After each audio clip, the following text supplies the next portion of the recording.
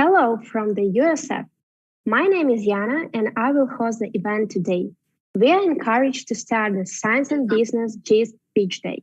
Science and Business GIST Pitch Day are the event for 40 scientists and entrepreneurs with ready-made knowledge-intensive solutions will be able to present their startups, and 6 projects out of agro and biotech and 7 projects out of health tech will receive financial support in amount $5,000 each to develop their innovative project. We would like to express our gratitude to our great partners with whom we organized this series of the event. For the first, great thanks to Ministry of Digital Transformation of Ukraine, the Ministry of Education and Science of Ukraine with the support of USF partner, Global Innovation through Science and Technology.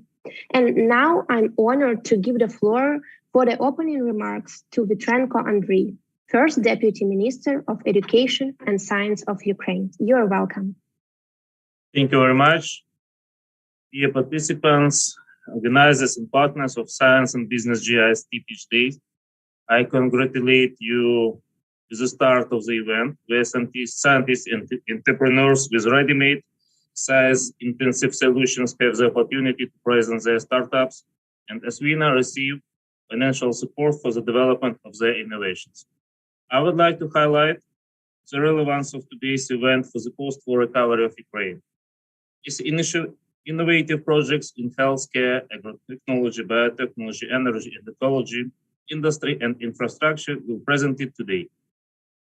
And hopefully the support of innovative projects in these directions is very important because saving people's life, restoring war-affected regions of Ukraine, developing technologies, solving global problems of humanity, such issues as lack of food, energy, and mineral resources, and improving the system of health and care and environment safety. It is precisely to solve the challenges that the Science and Business series of events organized by the Ministry of Education and Science of Ukraine, the Ministry of Digital Transformation, and the Ukrainian Startup Fund will continue to be successful, implemented by combing the scientific and innovative potential of scientists, startups, companies, experts, investors, and so on. I also want to thank the event's ideological partner, the Global Innovation through Science and Technology initiative, for its support. We appreciate your initiative and support very much and hope for further fruitful cooperation. I hope that the high potential of Ukrainian innovators and science-intensive startups will be presented during the event, and the best project will receive great prizes and the chance to implement their innovative solutions. So I wish everyone success and glory to Ukraine. Thank you so much, Andriy. And now I'm honored to give the floor to Alexander Barnyakov, the Deputy Minister of Digital Transformation of Ukraine, head of the DS-City project. Alex, you're welcome. Hi, everyone.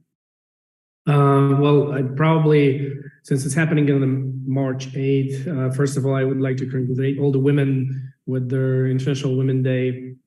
And a part of that, I'm always happy to be part of events like this, and where scientists and entrepreneurs get the opportunity to tell about their products and raise the funding that they obviously need. As the Minister of Digital Transformation, we have a goal to bring Ukraine in the top 5 countries in Europe in number of startups per capita, basically per 1 million population.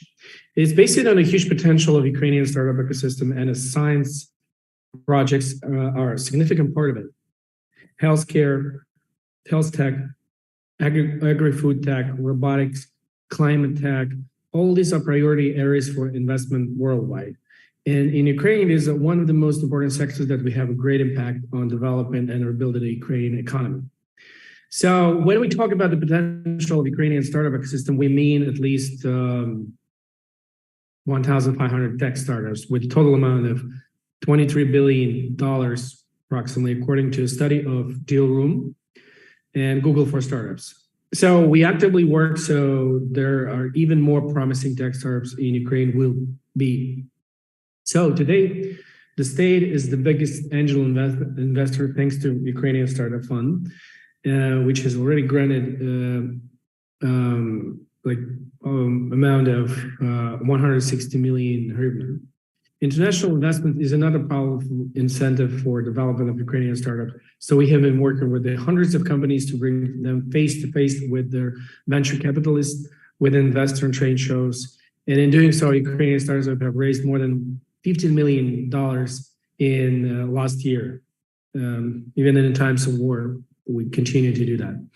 So last year, together with American venture capital company F Venture Capital, we launched a Blue Yellow Heritage Fund with more than $50 million available to Ukrainian startups. And we also continue our dialogue with the Plug and Play Tech Center. So it's an innovation platform in Silicon Valley. And our goal is to make all the opportunities available for Ukrainian startups. And we totally believe that Ukraine could be and will be a place where unicorn born. And I believe even some of you could be among those unicorns. So I wish you good luck and a great results. Glory to Ukraine. Thank you so much. Thank you so much, Alex. It's really an honor to us. And now I want to give a floor to the next speaker, Mark Moreno, Vice President and Growth Strategy and Development in Venture Well. Mark, you're welcome. Great. Thank you. And yeah, thank you for those remarks, Alex and Andre. We are really proud to support the work that is happening here and all of the work that's happening to support the Ukrainian startup entrepreneurs. My name is Mark Moreno. I'm Vice President of Growth Strategy Development at VentureWell. VentureWell is the implementing partner on behalf of the United States Department of State for the Global Innovation through Science and Technology Program, or GIST. GIST is a public-private partnership that provides training, networking, and resources to support science and tech entrepreneurs and ecosystems in over 130 economies across the world. Initiated in 2011, we've awarded $1.5 million in prizes, convened 100 events, and support about 15,000 science and technology startups and entrepreneurs. We are really humbled and proud to be supporting the Ukrainian Startup Fund, Ministry of Digital Transformation, and the Ministry of Education and Science for the Science and Business GIST Pitch Day, and really share in this vision of building a resilient and significant economic growth Ukrainian ecosystem. We've been working in Ukraine for about five years, supporting founders, entrepreneurs, and really responding to a variety of different challenges in environmental sustainability, food security, energy, and healthcare, providing a number of different training, support events, supporting both startups as well as investors, in creating a lot of what was described as a resilient and responsive entrepreneur ecosystem. And what we've seen is really, even during the most difficult and challenging of times, the ingenuity, imagination, and collaboration in the Ukrainian startup ecosystem is vibrant and really has the potential to build a better future. So over both the past few years and looking forward, we have aligned more U.S. government resources, programs, and support to continue to support this great work happening in Ukraine, supporting science and tech startups. And we are confident that the Ukrainian entrepreneurial ecosystem will not only continue to grow, but continue to thrive in the years ahead. So thank you, and looking forward to the startups and hearing more about the pitches. Thank you so much, Mark, for this opportunity to Ukrainian startups. And now my pleasure to invite the Pablo Okatashov, the director of the Ukrainian Startup Fund. Pablo, you're welcome. Hi, everyone. It's my pleasure to be present here today. And first of all, I would like to special thanks to our partners. First of all, Ministry of Science and Education. Actually, this Science and Business series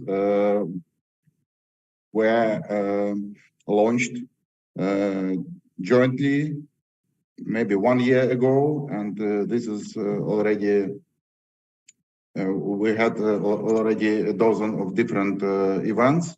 And secondly, Ministry of Digital Transformation, which is our main shareholders, and with whom we actually doing a lot of different events and hackathons. And last but not least, I would like to thank GIST, US government, for continuous support, because as for now, we have a lot of different initiatives launched already, and GIST is constantly supporting us and supporting startups financially. That is very important.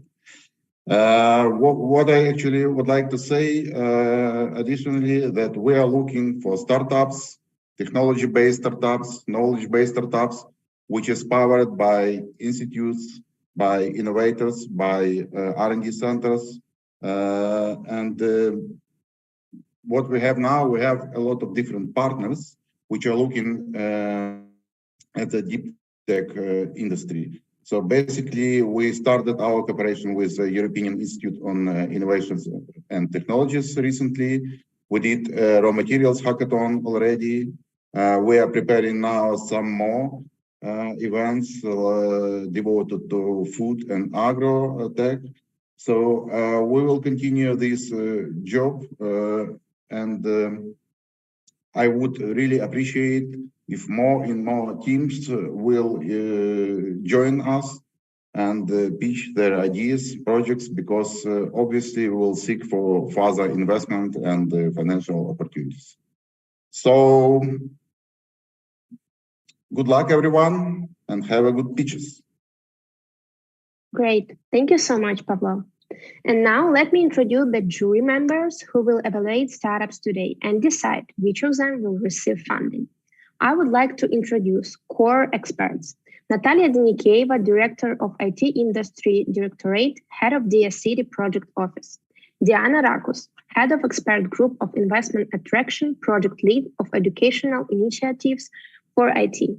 Oksana Krukevich, PhD, Head of the Expert Group on Innovation Development, Directorate of Science and Innovation of the Ministry of Education and Science of Ukraine, National Course Coordinator. Angela Jackson, Co-founder, Managing Director, GP at Portland Seed Fund, Tiger 21 Portland Chair, Executive Director, Industry and Entrepreneurial Engagement at Portland State University Business Liaison. Healthcare experts that will evaluate startups today. Yuri Sereshchenko, Managing Director at QPD Digital. Vasil Strilka, Director General of the Directorate of High-Tech Medical Care and Innovation of the Ministry of Health of Ukraine. And our experts in agriculture and biotech, Dmytro Makarenko, Deputy Head of Digitalization of the State Geocadastre, and Andrei Zinchuk, Managing Partner, ZAS Ventures. And now, let's meet the startup teams. In healthcare track, we have Chikai, D-Health, Focus It, Cat Concierge, Anima, Bacteria, Wildfires UA, cosmeticals for the treatment of scars and healing wounds, Health Helper in Tempo.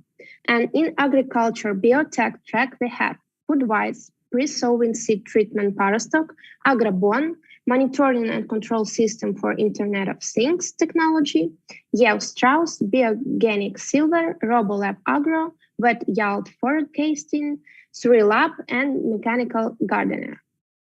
Wow, a lot of startups we'll have today and see their great pitches. And about the timing, startups will have 5 minutes for the pitch and 3 minutes for Q&A session with the commission. So let's see who will be the winners today and have money from the gift. Now, I'm glad to announce that the first startup for today is a health tech startup, and I would invite to the stand Chikai. You're welcome.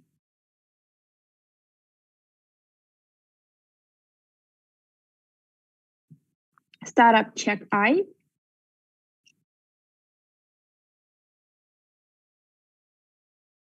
Okay, I hope he will be with us in the time. So for right now, startup D-Health, you can hear me?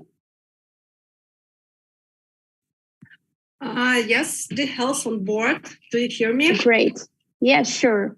You can share your screen. Just a moment, because the time was a little bit later. So I'm just preparing and let's try. I will share my screen right now. Sure, no problem.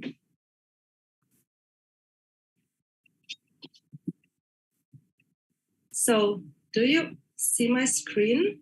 Yeah, I can see your screen. I can hear you. So I start your timing. You have 5 minutes and you can start.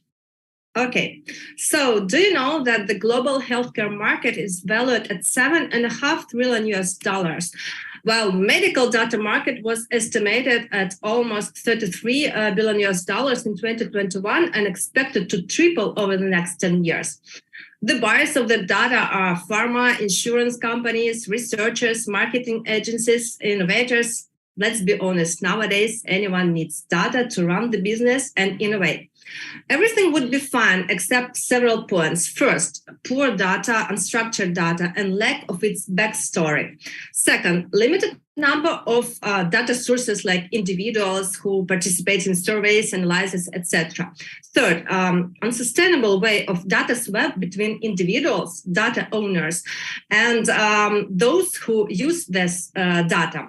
So DHealth shifts this paradigm. We created AI and medical database decentralized application that allows every person on planet Earth to securely and anonymously store, manage, and monetize their depersonalized data. Yep, that's right, to monetize.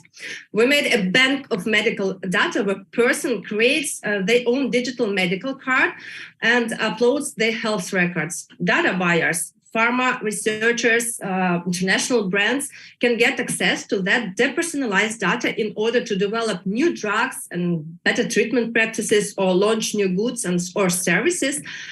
Medical data suppliers receive their fee and data owners, you and me, receive the royalty. DHealth runs as a decentralized application with marketplace model where patients, users are able to onboard their validated health records into a DHL2 network, claim ownership of their depersonalized data, and put it into DHealth blockchain, where DHealth AI automates the preparation of data sets for data consumers. We also have our own utility token. With DHLT, anyone can upload and store their medical data, receive and host digital information, and sell their depersonalized data. What was the purpose to create DHealth? Well, the growth of the healthcare market is due to overall trends and advances in preventive medicine, big data analytics, and data digitalization. However, this digitalization of medical data on the Web1 infrastructure leaves this sensitive and expensive data quite vulnerable to attacks. They're hard to trace and long to proceed. So therefore, market players are desperately need and looking for alternative solution. DHealth blockchain provides exactly what the market demands: safe, decentralized Web3 ecosystem specifically built to onboard, store, and process the big sets of medical data. All data in the DHealth app is encrypted and stored in a decentralized network. The system complies with GDPR, HIPAA, Data Protection Law, and Data Protection Act to ensure that the information attached to the user's unique ID is always remains depersonalized and anonymous. We use keepers from Chainlink, a 3 billion blockchains industry standard company, launched partnership with Web3 leader Polygon, and integrated payments by Visa and MasterCard to make the interaction with DApp more clear and comfy. And one of DHealth's co-founder is the president of National Cybersecurity Association, while the second co-founder is the president of the International eHealth Consortium. Among our public advisors are true experts from different fields, from blockchain to healthcare, meaning we're developing right according to the market trends and demands. DHealth's web app already attracted more than 70,000 users from more than 80 countries.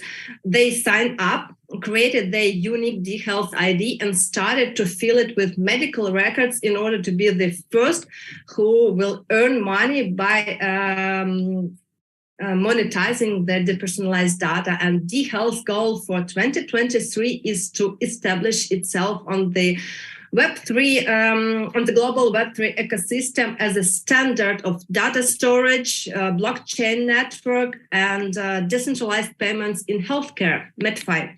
So the new era of Web3 medical data economy is here, and the health goal is to empower people all around the world to turn back the control on their medical data and finally to start receive their remuneration each time their personal data are used, as well as to provide data consumers with valid data sets in a sustainable and fair way with respect to the data owners. Thank you. Thank you so much, Moreno, for your pitch. And now we have 3 minutes for the question from the experts. You're welcome. If you want to ask the question, just raise your hand up in the Zoom reactions. So I can give to you floor. Yana, I have a question.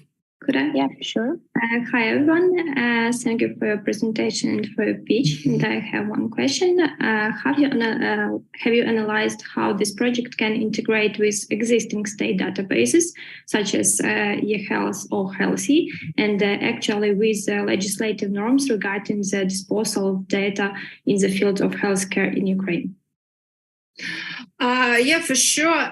Among our goals for 2023 is to launch the API with the existing MIS and clinics. In fact, we have a Web2 project, ASCAP.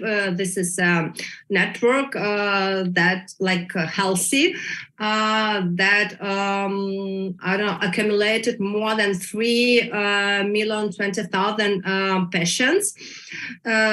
So it's just the point of the time to implement integrations between existing MISs and systems that already exist in Web2 ecosystems. So as we are the owner of such of one of such networks, let's say ASCAP Web2 ecosystem, it gives us more points to be a step ahead of the rest of the market to make these integrations more clearly, and that's what our devs are working right now with, in fact. Okay, thank you. Yuri, you are welcome. Marina, thank you for your presentation. Very good one. What can you tell us about your clients? Did you manage to sell some of data sets to them? Did you have contracts? In fact, we are just right now in very close negotiations with a number of companies from healthcare industry like Novartis, Johnson & Johnson, AstraZeneca, and Novo Nordisk, as well as representatives of international brands like L'Oreal, in both, I guess. The main point that they're looking for is the larger number of data owners. Let's say now we have 70,000 plus users that we can proceed with their data, but to be more useful for data consumers, we have to increase our user base up to 1 million users worldwide. That's our goal for this year, in fact, by the end of May, and to be more representative with the data sets for the data consumers. So we're just working on increasing the data, the user database, and we how to say, we're a little bit changing the way how the data are presented, because for healthcare companies, for example, Novartis or Johnson & Johnson, they do need a certain type of data set with certain fields. International brands like L'Oreal, they need quite another data set with quite another field. So this is also a question, a target with that our developers are working, and our AI is learning to prepare different types of different data sets. We're just on the way to the goal to increase the users database and to finally fulfill the demand of our potential clients with correct data sets that they're looking for. Thank you. Great. One more question, please. As I know, you have your own token and you attract $1.6 million through the ICO. What can you tell about the price dynamics for it, and why is it like this? In fact, on IDO, it was $600,000 that we conducted. The token, it's not our business model. It was created just to make this ecosystem work quicker, safer, and of course, this is an economic incentive for people to fulfill their ideas and to proceed with interaction with the debt, but it's just a tool, like, a blood inside the ecosystem to make the transaction quicker, safer, easier. And it's not an API, or it's not a payment by dollars or euros or whatever. So it's a token. But we decided if the person, the trader, believes in the project, in the company, in startup, why do not we enter the tax? So the token is listed on the Bitmark exchange right now, and the main point that the demand, the number of tokens is limited for 1 billion tokens, and we use quite sophisticated tokenomics that we do not speculate on this asset. We just keep it, and it's more just like a tool for participants, for the users of the debt, and for data consumers who purchase the data with the tokens, to make all clear, all operations safe, and that there will be no questions from the market what's going on with the data and why it is so, and etc. But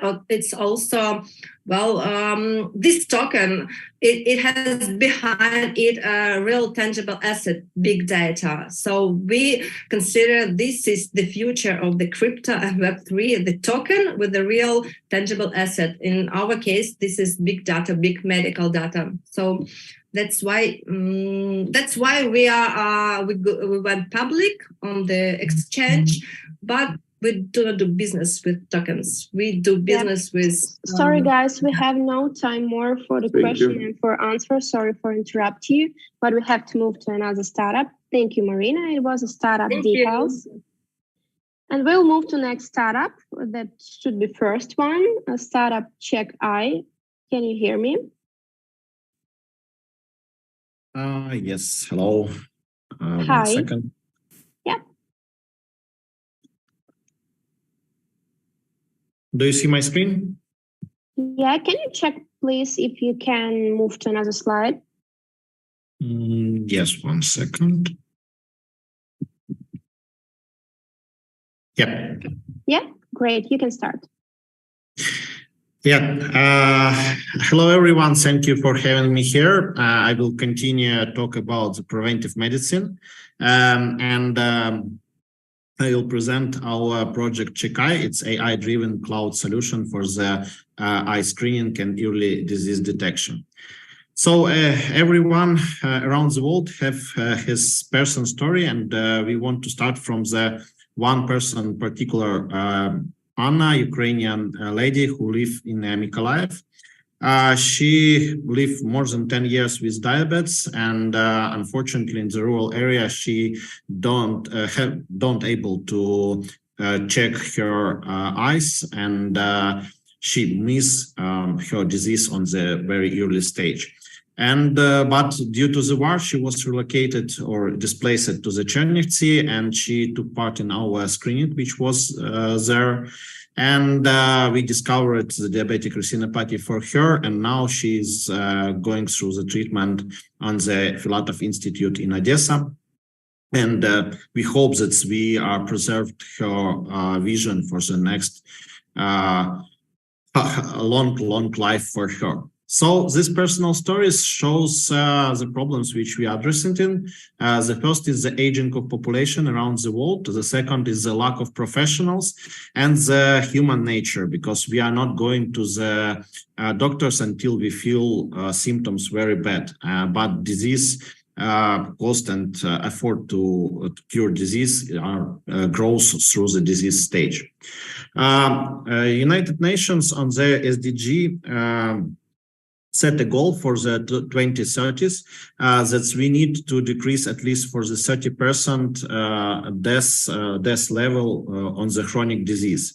And WHO last year defined the new goal for them that at least 80% of people with diabetes should be diagnosed. For now, it's only 50% of people know about the disease. And the solution for this is can be only mass screening, which are allowed to screen a lot all peoples and to define people who need treatment on the right time. And Chikai is the solution for it. We are developing a platform to make easy and affordable screening for everybody around the world. On MVP, we are targeting diabetic retinopathy, but in our 5 years roadmap, we address top 10 disease to address 2.5 billion people around the world. How it's work with Chikai? The people visiting screening point in any location, from optic retailers, pharmacies, or mobile screening point, as you see on the picture. Photograph can be taken by a nurse or other medical staff, and you get a diagnosis in 30 seconds with more than 90% accuracy. Why we choose diabetic retinopathy for the MVP? Because it's huge social effect. The diabetes is pandemic of the 21st century, and at least 1 of 3 people with diabetes has a diabetic retinopathy, which develop vision problem and lead to the blindness. So we now have MVP. We started our field test on the Chernivtsi region, and up to the end of the last year, we scanned 300 patients, and at least 30% of them has a diabetic retinopathy, and patients said that they don't know about it previously. And we achieved more than 90% accuracy in disease detection. We have a lot of different stakeholders, but we focused on the government because we can help government decrease budget burns on the NCD, and we can increase average healthy lifetime for the nation. And in our go-to-market strategy, we focused on the clinics and doctors for now, because we provide for them a lot of different value, like tools to help doctors to make a proper and clear diagnosis, and we can increase number of patients in the clinics. So, as I said, we are now working with the clinics, and we try to achieve 100 clinics with subscription until the end of this year. We are not alone on the market. We have some competitors, but we have a huge competitive advantage. We highlight a specific disease symptoms on the eye fundus photo to reduce the human's error and human factor and help doctors to make proper and accurate diagnosis. It's a unique function on the market. The other, our advantage, we address top 10 disease in our roadmap, so to address all disease for the 40+ people. And we want to build a patient-centric platform from the end-to-end platform, from the screening to the disease controls. We have a strong team. Me, Kirill Goncharuk, I have 20 years in experience in IT and product development in telco. I just finished a global executive MBA in ESA Business School, and I'm Ukraine Diabetic Federation board member. And we have a medical advisor, Andrei Karol, who is more than 20 years in medical retina and acting surgeist in the Filatov Institutes. And we have our partners, Ukrainian Diabetic Federation and Filatov Institute, which help us to be stronger. Thank you, and I'm ready for your question. Thank you so much, Kirill. And now a question from the jury member. Do you have any?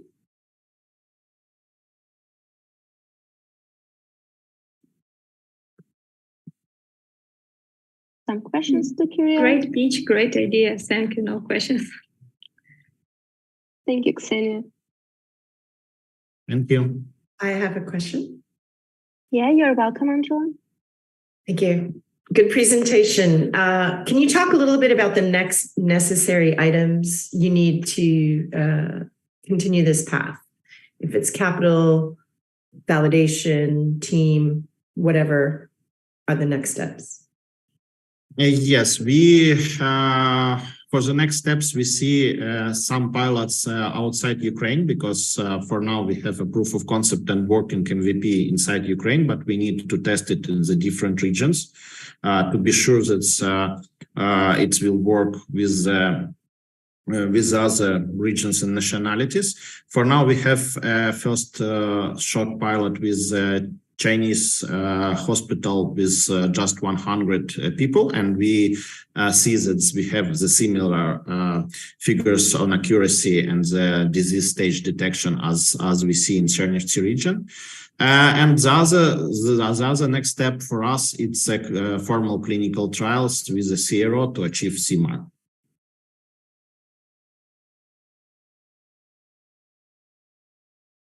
Thank you so much. Any more questions? Okay, great. I think that we can move to next startup. Thank you so much, Kirill. It was the startup Chikai. And our next participant, startup Focus It. Hi. Hi.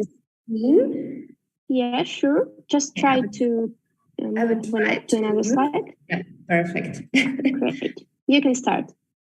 Okay, perfect. Let me start. I also want to control the time. So, how do you feel when you hear health? Well, something important, useful, but honestly, in that time, that might be boring, hard to stick, not funny, no time for it, expensive, or any other excuse. What if I tell you that it could be really funny? Look at the number of real views to become knowledges, to adopt healthy behaviors. And let me introduce Focus Eat. It's an tech ecosystem for people who wants to overcome overeating, build the mind-body connection, and be healthy, heal their body, mind, and life. According to the World Health Organization, 1 in 4 Ukrainians at risk of mental disorder due to the Russia's full-scale invasion. And what is the easiest way to feel better or relieve stress? Yeah, it's to eat. Unfortunately, it doesn't fix any emotional problem, and number of eating disorders is increasing, even for people who previously didn't have problems with food and weight. Could even imagine the despair of people who have previously been on diets or made several attempts to change themselves. Every year, only 5 out of 100 people who begin a healthy lifestyle journey achieve their goals. That's because they try to work just on nutrition balance, they try all possible diets, exclude all junk food, try sport activities, and they are not achieving their goals systematically. Focus Eat has its own educational and transformational system methodology based on such science disciplines as nutrition, sport nutrition, intuitive eat, psychology, life coaching, mental training, anti-age nutrition, work with the body acceptance, NLP, life coaching, and many, many other. We offer a full ecosystem for women who have overweight, diet mindset, lack of energy, body shaming, overeating, fear of food. And we just help them to discover life in a new way with a lot of energy, motivation, satisfaction, and self-enjoyment. $2 trillion wellness and health market grows every year. And despite of the fact the main players offer customized weight loss plans, they promote like diet culture and eat clean, even if it is personalized. And this is like eternal diet cycle. And we think it's time to grow up. Every day, diet industry creates like a waterfall of leads who is tired of counting calories and suffering from it. And we as Focus Seeds, we are ready to catch them and to convert them. And first step, it's Ukrainian speaking market. And the second step, it's English speaking market. We analyzed over 2,000 students' applications and created solutions to each problem. And let me introduce an online course, Eat Code. It's like evidence-based approach for giving our body all it needs. The second problem and the second reason into it, how to understand your body and eat without calorie counting, even if you want to lose weight. Focus Mind, how to create a healthy relationship with food and not to use food to make yourself feel better. And Light Body, how to create a healthy relationship with your own body, generate an energy and motivation forever. Our sales system is sequential system of courses. Each course costs $179 and its duration is 8 weeks. But every course could be bought separately, and one course solves the one main problem. And then we think that the best way is to sell products again and again. Our sales system has an easy to start way. For each course, we made a short course, 10 days, like you just can test how it works. And it costs $15. We create paid traffic from Meta, from YouTube, from Google, from Instagram every single day. And we know how to be continued and never-ending sales strategy. We're going to sell at every next step. What about our team? That's me, project manager, marketing and web design, and sell at customer support. And we are about planning and forecasting. We are about marketing automation. We are about controlling and legalicity. We are about scaling using digital marketing instrument. We are about deep analyzing of our audience. And we are about measuring how our product work. We are about making results and changing human lives. We are about creating a huge net promoter score, and we are about making fun at work. We believe that love to your body, mental health, healthy relationship with food is a huge part of people's health care. Focus Eat is the best way to achieve it. Believe in yourself, focus on yourself, and I'm ready to answer your questions. Thank you so much, Olga. Ideal in time. Dear jury member, do you have, Yuri, you're welcome. Olga, thank you. Great presentation. I want to use your product. Can you tell me what exactly do you know about your client? I mean, what data from your customer development support your hypothesis? Okay, first of all, and this project is my own history, and I think I know everything about this diet culture, about emotional eating, because that was my story that starts 10 years ago. I ask not about your personal story. I ask about what do you know about internal customer base? That's the first wall is like information that they send us, they send to our sales customer, and we have we solve 4 different problems, and we are going with paid ads to this. So basically, some people could describe their problem, and this is information we have at the start. At the same time, we could present and offer the best product for them. But yeah, basically it's like their own story, what people are talking about them. Thank you. It's not answers that they wanted to hear. I want to hear what customer development did you make? What data did you get from your customer? Sorry, probably I didn't catch your question. I think you made some investigation about your customers, customer development, yes? And I ask you, what data did you get from your customers? So basically, the main task for us is to know what problem they have, and we just separate them and cluster them and try to solve each problem. It's the main data that I think it's important for our project to have. But if you have any other example that you can show me, I could just change my answer. Sorry, probably didn't catch that at all. Thank you so much. We have one more question from Diana. You're welcome. Yeah, hi. Thank you, Olga, for your presentation. In fact, two questions. First one, please tell us what differs you from like thousands of nutrition specialists on Instagram and free of charge marathons that have like proved or not proved their effectiveness for those who apply for such courses. And the second one, like about your team, you described like your current positions of all of your members, but do you have among all the ladies in your team, do you have a nutrition specialist or psychologist or someone from that sphere who can like provide like professional assistance, psychological assistance, motivation for those who use your product, etc.? Okay. Okay. So the first question, I can answer the second question. Yeah, that's me. I have a lot of diplomas about as nutrition specialist, as life coaching, and this is like all knowledges I have from that education plus my own experience. And what about this every Instagram marathon and etc.? Yeah, this Instagram program, they work like just for 1 week or maximum 2 weeks. And this means our customer, they are girls who took part in such marathons, but they didn't have a successful story for a long time. So basically they refused from junk food and they have result just for 1 week or 2 weeks. But if you are done working with if you're just working on the nutrition level, it's not enough. So we think we need to solve this problem systematically. Got it. Thank you. Thank you so much. And the last question from Ksenia, just a quick one, please. Yeah, okay, thank you.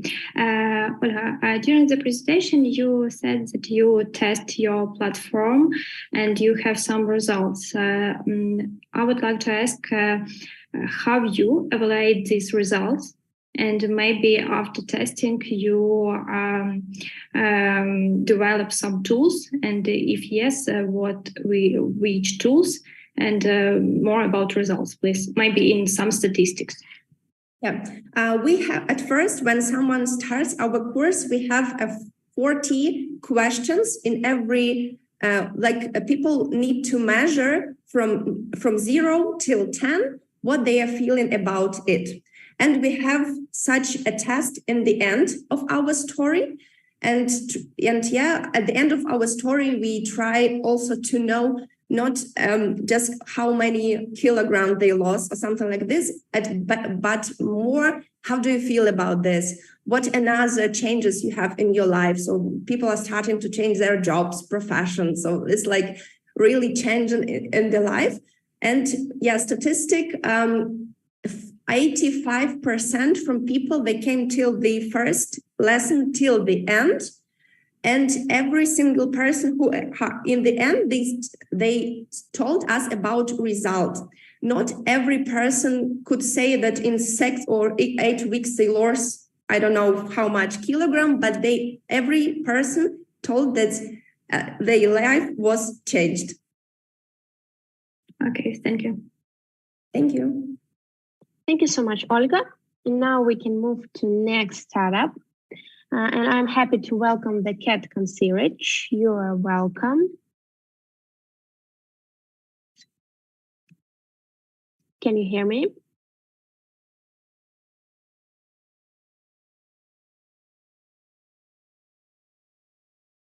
Okay, I think that we can move to next one. It's a startup Anima. Anima is here. Yeah, well, 1 moment. Yeah. Do you see the screen? Yeah, sure, you can start. Okay, so hello to everyone, and I'm here to present you Anima, the first online eye tracking service for fast and accurate mental health diagnostics. So the market is huge and rapidly growing, as approximately 1 billion people are suffering from mental health disorders worldwide right now. Especially the young population between 12 and 24 years old are vulnerable to risk, and the problem is gaining momentum. So our value proposition is a neuroscientific test that helps people to avoid developing a mental health conditions by observing via eye tracking, listening through questionnaires, and providing personalized recommendations based on analysis of reaction and feelings people have. Our mission is to bring biomarker analysis and an evidence-based approach to the therapy. We believe in eye tracking because it is most accessible, non-invasive, and highly accurate diagnostic tool available. We are innovative because we are bringing laboratory-like eye tracking technology to your devices with easy access through an internet browser, alongside using attention-biased neuroscientific paradigm to assess your well-being. And here you can see in the picture the markers in the work. Also, we are socially responsible and helping vulnerable groups in preventing and managing mental disorders. We offer free service for institutions and therapists who work with people in need. For example, it allows our military forces to detect unwanted changes in a soldier's mental health and manage it accordingly.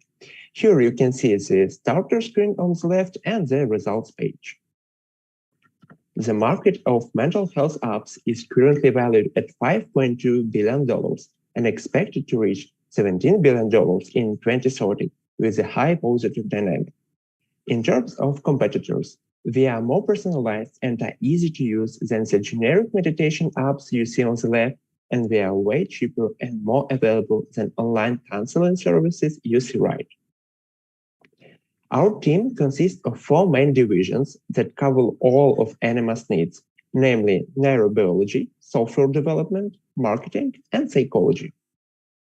We have conducted more than 100 clinical trials and 37 user interviews to refine our product.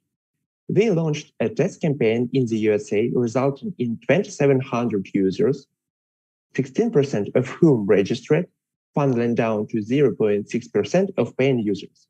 We believe that such low conversion may be explained by the low trust in the US market. Campaigns started in Ukraine gathered 7,500 visitors, 27% of whom registered and 10% of whom actually bought the product. Our business model consists of 2 monetized packages with a regular and professional monthly subscription. Our estimated lifetime value of a user is $150, with $55 estimated customer acquisition cost, and with $154 million cumulative revenue expected in 3 years. We are asking you for $500,000. Most of the costs will be directed to marketing, as we have shown that trustworthiness is the main obstacle in a way to the US market. So that's it. Thank you, and I'm happy to answer any of your questions. Thank you so much, Andrei. Dear jury member, do you have any question? Yeah, Ksenia, you're welcome. Thank you for your pitch. And I have one question. Are diagnostic results tied to clinical protocols? That is, to what extent do the indicators correspond to what is prescribed in clinical protocols for treatment or care? Thank you for the question. So actually, we're using scientifically proven methods from 2 perspectives. First perspective, that we're using validated psychological methods, namely questionnaires that are used by psychologists and psychiatrists for many years right now. And from the second perspective, we are using cutting-edge scientific approach, namely attention-biased paradigm, which is now widely researched with thousands of papers in most prominent peer-reviewed journals like Science and Nature. Moreover, we are conducting our own clinical trials with Lisova Polyana Hospital in Kiev, and we validate our outcomes with the specialists. Okay, thank you. Thank you. Thank you so much. Angela, you're welcome. Thank you for the presentation. Can you comment on any actionable insights that you are providing or plan to provide in future, or is this simply diagnostic? You mean insight to the person who does the test? For the user, some sort of insight or finding that they can take an action on. Or is Thank you it for the question. Yeah, okay. As well as I understood, we given the person the result of conventional test, namely questionnaires. So how the person subjectively measure himself and the objective measures of eye tracking algorithm. So the person firstly can see are the scores compliant or not. And secondly, we are using a wide tree branch of the recommendations we given to each person. So they are as much accurate and as much subjective as they can be. And we are saying based on his score of attention bias and based on his subjective score, how he is doing and what he or she needs to be more healthy, to lessen his anxiety or to lessen his or her depression. So we come up with so unique and subjective recommendation that will be meet the person's need. Is that the answer your question, or perhaps give an example of one of the recommendations that might come from your work? Okay, so one of the example is when the person scores low on subjective anxiety scale, namely he's saying, I'm not anxious, everything is fine with me. But on the objective scale with eye tracking technology, the test shown that he is moderately anxious, and just saying that it may be okay that you're not saying to us that you're anxious, but maybe this anxiety is some sort of a burden of your life. Maybe you need to do something to lessen it and to be more productive, more happy, and more healthy in your life. And here are some recommendations. So if you're on a moderate type of anxiety, maybe we will recommend you some sort of a breathing technique. Maybe we will explain you why you have this anxiety.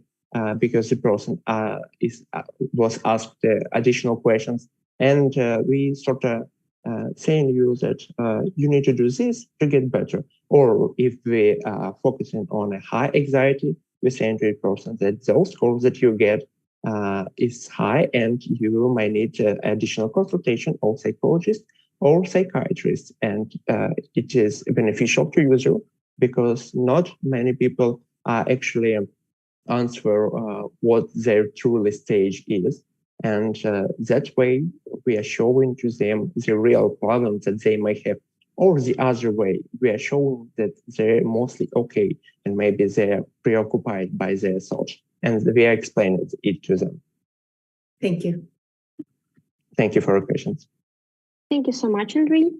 And our next startup is startup Wildfires UR. You are welcome. Hello. Hi. Do you see my screen? Yeah. Great. Hi again. My name is Dmitry Grabovets. I'm the CEO of Your Airtest Startup, and today I'm presenting to you our product Wildfire UA, revolutionizing wildfire analysis with emission modeling in Ukraine. Wildfire are the major environmental issue causing damage of ecosystems, releasing harmful gases, and endangering human lives, especially because of the war. The lack of accurate and on-time data and fires makes it challenging to address the problem effectively. The main points that need to be solved forecast the evolution of the fires and assess its impact on the air quality and people. Our solution, we offer a unique product that combines satellite information, forecast the evolution of the fire, and emission modeling to analyze the wildfire and their impact on the air quality and people. We analyze the entire Ukrainian territory and identify lots of fires. And we have also created a fuel map all over Ukraine, which is unique and has not been done before. We have modeled exactly what is burning in the air, be it forests, fields, or grasslands, providing critical information for the fire management. We provide complete description of all fire size, time, date, satellite images. Our team conducts separate simulations of each fire, measuring emissions of everything that was released during the fire, such as particulate matters, ozone, nitrogen dioxide, sulfur dioxide, carbon monoxide. Wildfire UA is the only project that can assess the impact of fires on air quality and people with great accuracy, because we have created a fuel map. This gives us an advantage in the market because we offer more accurate and reliable data than our competitors who only use satellite data. Market size for our product is really huge, as fires have been a persistent problem in Ukraine and all over the world. And now, because of the war, their number has increased many times. Our data can help government agencies, NGOs, and other stakeholders make informed decisions on fire management, which is critical for environmental and public safety. Roadmap for 2023. In March, we are expecting to complete validation of fire modeling. In May, finalize analysis of all fires since February 2022. Of course, which satellites could see, and begin real-time analysis. In June, on accumulated fire data and with weather forecasts, we begin training a neural network for predict fire behavior. And in July, complete push notifications in the mobile applications about fire and upcoming smoke. Our ask, we are seeking funding to scale operations and reach a wide audience. We believe that Wildfire UA has the potential to revolutionize fire management in Ukraine, and we are looking for investors who share our vision. Our team is composed of experts in air pollution modeling, environmental science, and data analysis, and developers. We have a strong track record of delivering results and are committed to make Wildfire UA success startup. In conclusion, thank you for your time and attention. We believe that Wildfire UA is a unique and valuable product that has the potential to make the real difference in the analysis of emission modeling wildfire in Ukraine. We are excited to hear your feedback and answer any questions if you may have. Thank you. Thank you so much, Dmitro. Dear jury member, do you have any questions?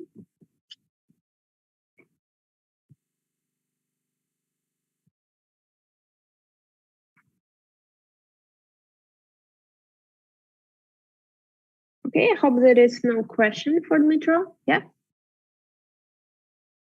Yeah, Angela, you're welcome. Thank you. Thank you for the presentation. Can you talk about who's the actual customer and how you would distribute the product? Actually, now the real customer is the government agencies, firefighters, and society. This is top 3.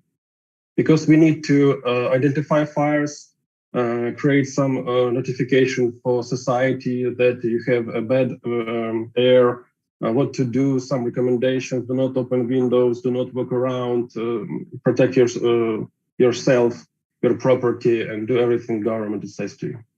So what would be the process for selling to government and firefighting agencies?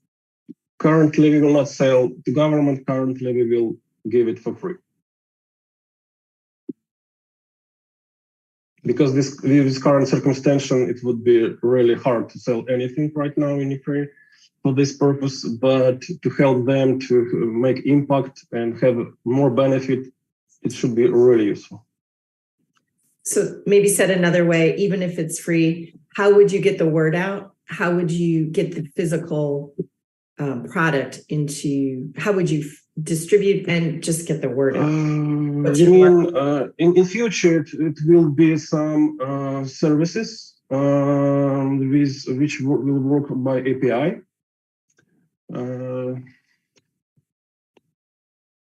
Like this. So idea to create some licensing and provide really quickly modeling this, because for each fire in real time we can calculate it in an hour. And we want to calculate it in 5 minutes. due to lack of machine resources, servers, for now. Thank you. But with more servers, we definitely can modulate this much quickly. Thank you so much. We have one more question from Ksenia. Thank you for your presentation. I have a quick question about data which you used. Can you explain more in detail which data you used and which sources? And if these sources are open all, or maybe you have some close partnerships with some sources of data that you can use in your platform? Currently, it's totally free because we use satellite data like NASA firms, but not only them. We use actually all satellites which can figure out the real situation on the land, which means fires. So it's VIRS, it's Sentinel, it's a group of different satellites. They're absolutely free. But what most important we have a layer of fuel map, and we have a modulation. Okay, we have a point like a positioning, GPS identification, where is this fire? We have additionally photos. We can identify the size. We can model the size. We can understand what is there. We can model this, and we have weather prediction. We know where this dust, where this smoke will be in each every 15 minutes. We can create a system, and we want to create a system, notification people about this. So satellites will search, find out fires, and we notify people in 5 minutes. This is our goal. Okay. Currently, it's 1 hour minimum. Thank you. Okay, thank you so much. And we will move to next startup. I'm glad to invite the Health Helper startup.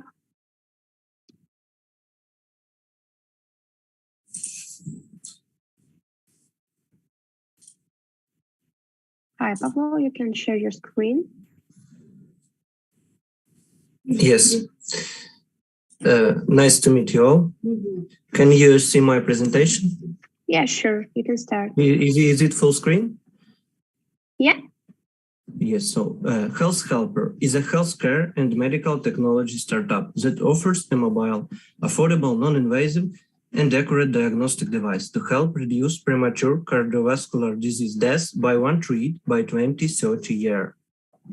The Health Helper startup team is represented by Pablo Samus as CEO, it's me, Igor Sosnov as Chief Management and CTO, Evgen Stola as CMO, and Alena Serhienko as CEO CFO, which have a high level of hard and software skills for successful development and promotional of Health Helper device to the market. Pablo Samus has experience in project management and problem solving. Igor Sosnov has a huge proven in R&D and IT. Evgen Stola has experience in marketing, sales, and networking. And Alena Serhienko has experience in vision, strategy, crisis management, finances, and analytics. The whole team working experience together for more than 3 years on various projects, including the basis of Kharkiv Polytechnic University. The main idea of health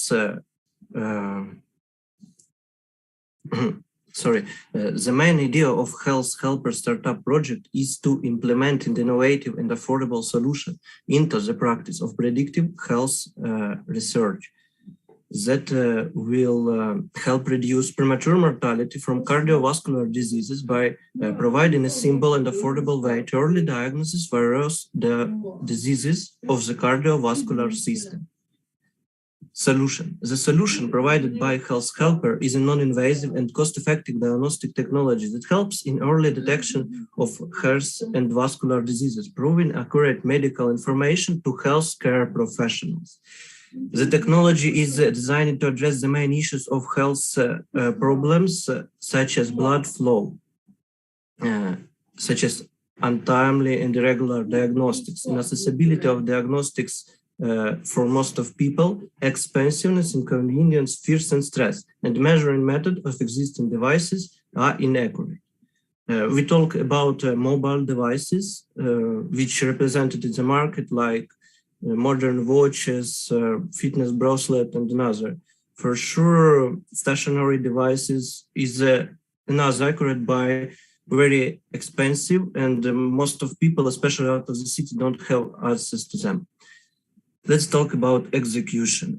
We have already developed the health helper technology and plan to sell it through various sales channels, targeting different market at different price points. The startup company has a revenue model which aims to sell 100,000 devices in the first year, followed by 1 million devices in the second year and 5 million devices in the next 3 years. Health Helper startup plans to market its products through partnership and agreement with hospitals and clinics to provide the devices to patients who can then repurchase them for personal use.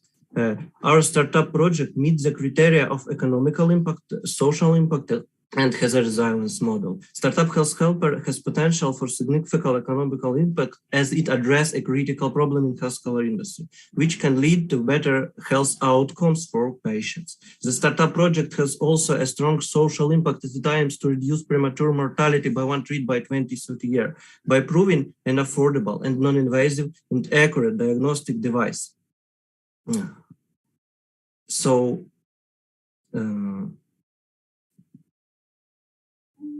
Health Helper startup project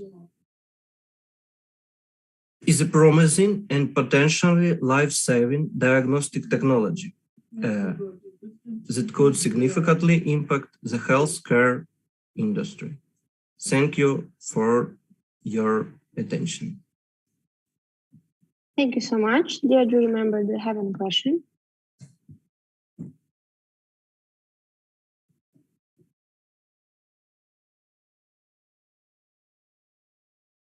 Okay, I hope everything is clear. Thank you so much, Pablo. And now our next startup in Tempo. You're welcome. Hi, can you see me? Can you hear me? Yeah, sure. Then I will share my screen. Pablo, please, can you stop the sharing screen because I can see your Telegram.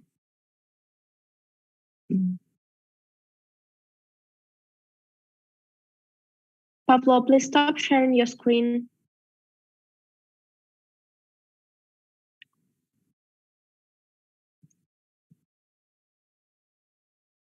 Okay, it's clear now. Thank you, Elena. I can see your screen. Okay. So hi everyone. My name is Elena Hortik, and now I'm presenting you in Tempo, a digital music game for your well-being. Have you ever experienced stress in a big crowded city? As a result of intense life pace or challenging life circumstances, this kind of stress often leads to different anxieties. And once being in a city center and feeling a panic attack, to begin, I came up with the idea of a tactile phone case and an app to distract myself and you from stress and refocus on something more pleasant, on music. And no one is actually immune from stress. The stress problem also includes the general stigmatizing of the topic, antidepressants with side effects, and high prices for therapy. We offer you in Tempo, a digital music game, an app and a phone case that uses multiple human senses, tactile, audio, and visual sensations. Research has found that music that you love can synchronize with your brain waves and influence their frequency. Breathing and heartbeat change depending on the tempo of the music. And why actually tapping? Human fingertips are probably the most sensitive skin areas in the animal world and amplify the person's rhythmic response, which is tied up with amygdala and motor center of the brain. So let's have a brief workflow of the game. A person listens to her favorite music or music that has emotional sense and tries to repeat its rhythm, reflecting it either on the phone screen or on that phone case. At this time, the app shows and reflects how successful this turns out, and thus attention from stress switches to relaxation. Around 800 million people currently live with a mental health condition, and about 25% are dealing with mental health apps. In Tempo can be targeted to 40 million people. It's 30% of young adults using apps to calm down. Among the physical objects aimed at tackling mental health issues, anti-stress toys should be mentioned. There are some apps that are meditation assistants, but there are no devices like Intempo. The benefits of Intempo are: it's first to the market, it is research-based, it is focused on music and its effects on physiology and psychology, it is a self-care device which is accessible 24/7 and can be treated as a universal relaxation musical instrument. Currently, Intempo considering two business models: a freemium model for the app with the paid additional features, and a transaction model for the case. The USP of the Intempo is an app and a case together. Intempo was one of the 6 finalists in Lexus Design Awards 2021 and Creative Hack Awards 2022 and was exhibited in Japan. We have participated in a Hamburg-based incubation program for music startups, Music Works in 2022, and all Ukrainian incubation program, YEP. After the demo launch, we received really positive feedback and currently working on the second iteration of the product, and we're preparing for the exhibition in New York. And here are our next goals: improved version of the app and applying for the patent, gaining our first 300 paid users, creating the same app for the Android, and setting up the case production. Intempo is a small team that has all the demanded skills to develop the project further. We are currently partnering with a mental health expert, music marketing agency, musicians, and a production factory in China. And we are seeking at least 100K to reach our next closest milestone. And I'm personally accessible 24/7 to speak about Intempo with you. So let's keep in touch about our safe space, and I'm open to your questions. Thank you. Thank you so much, Alina. Dear jury member, do you have any question? Yeah, first question from Ksenia. You're welcome. Thank you for your presentation. I think this is an interesting idea. And the question is whether there is an orientation to the age category and whether there is a gradation of approaches, elements of the game depending on the age of the registered users. So if I'm getting you right, you're asking about is it depends on the age of the user? Yeah. Yes? Yeah. This age gap, like young adults are the most vulnerable to the mental health issues right now. It's according to the data and it's according to the research. And young people are more like prone to try out something which is a game-like. But generally, the app and the case are for everyone. Mm-hmm. Okay, thank you. Thank you so much. And next question from Diana. Thank you. Just want to clarify, do you produce cases by your own or you collaborate with someone? And if yes, where is the production located? Currently, Intempo is not on a mass production. Like we have 2 working prototypes, and we are currently in the middle of narrations with the Chinese-based production factory. Yeah. Got it. Thank you. Okay, thank you so much. And now our last startup in the health tech track, startup cosmeceuticals for the treatment of scares and healing wounds. You're welcome.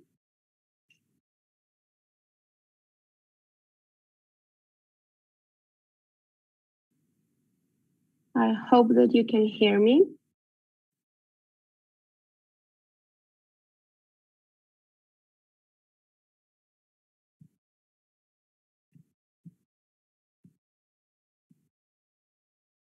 Okay.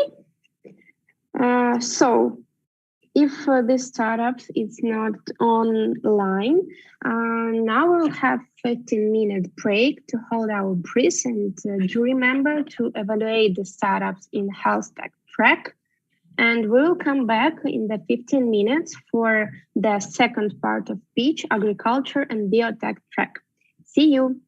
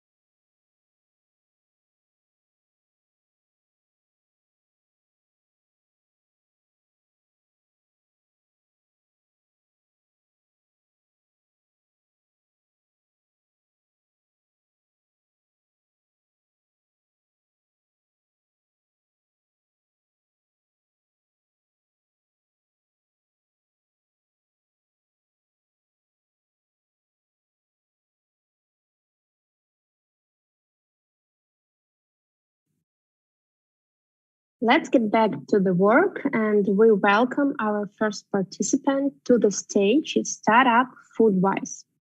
You're welcome. Yeah, nice to meet you all. I'm sharing my screen. Could you please tell me, can you see it on the board? Yeah, sure. You can start.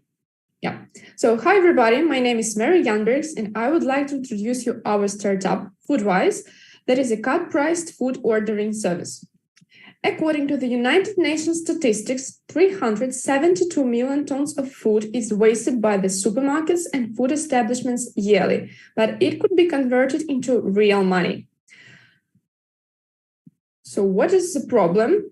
The businesses face difficulties with selling all the food in time, so they lose their potential revenue. Meanwhile, people interested in saving their own budget waste time on finding discounts and worry about being in time to get them. The solution is mobile app Foodwise that will connect businesses with consumers looking for discounts. The businesses will easily post the discounted food with a small expiration date in order to increase their income. The consumers will quickly find offers nearby in real time that will allow them to reserve the orders in advance by paying in the app. Also, we have made prototypes for our app for the businesses that now demonstrates the simple process of adding the discounted propositions with a small expiration date. And also, after this, we can see the app for the consumers that shows the simple ordering process that we made. Yes, so here it is.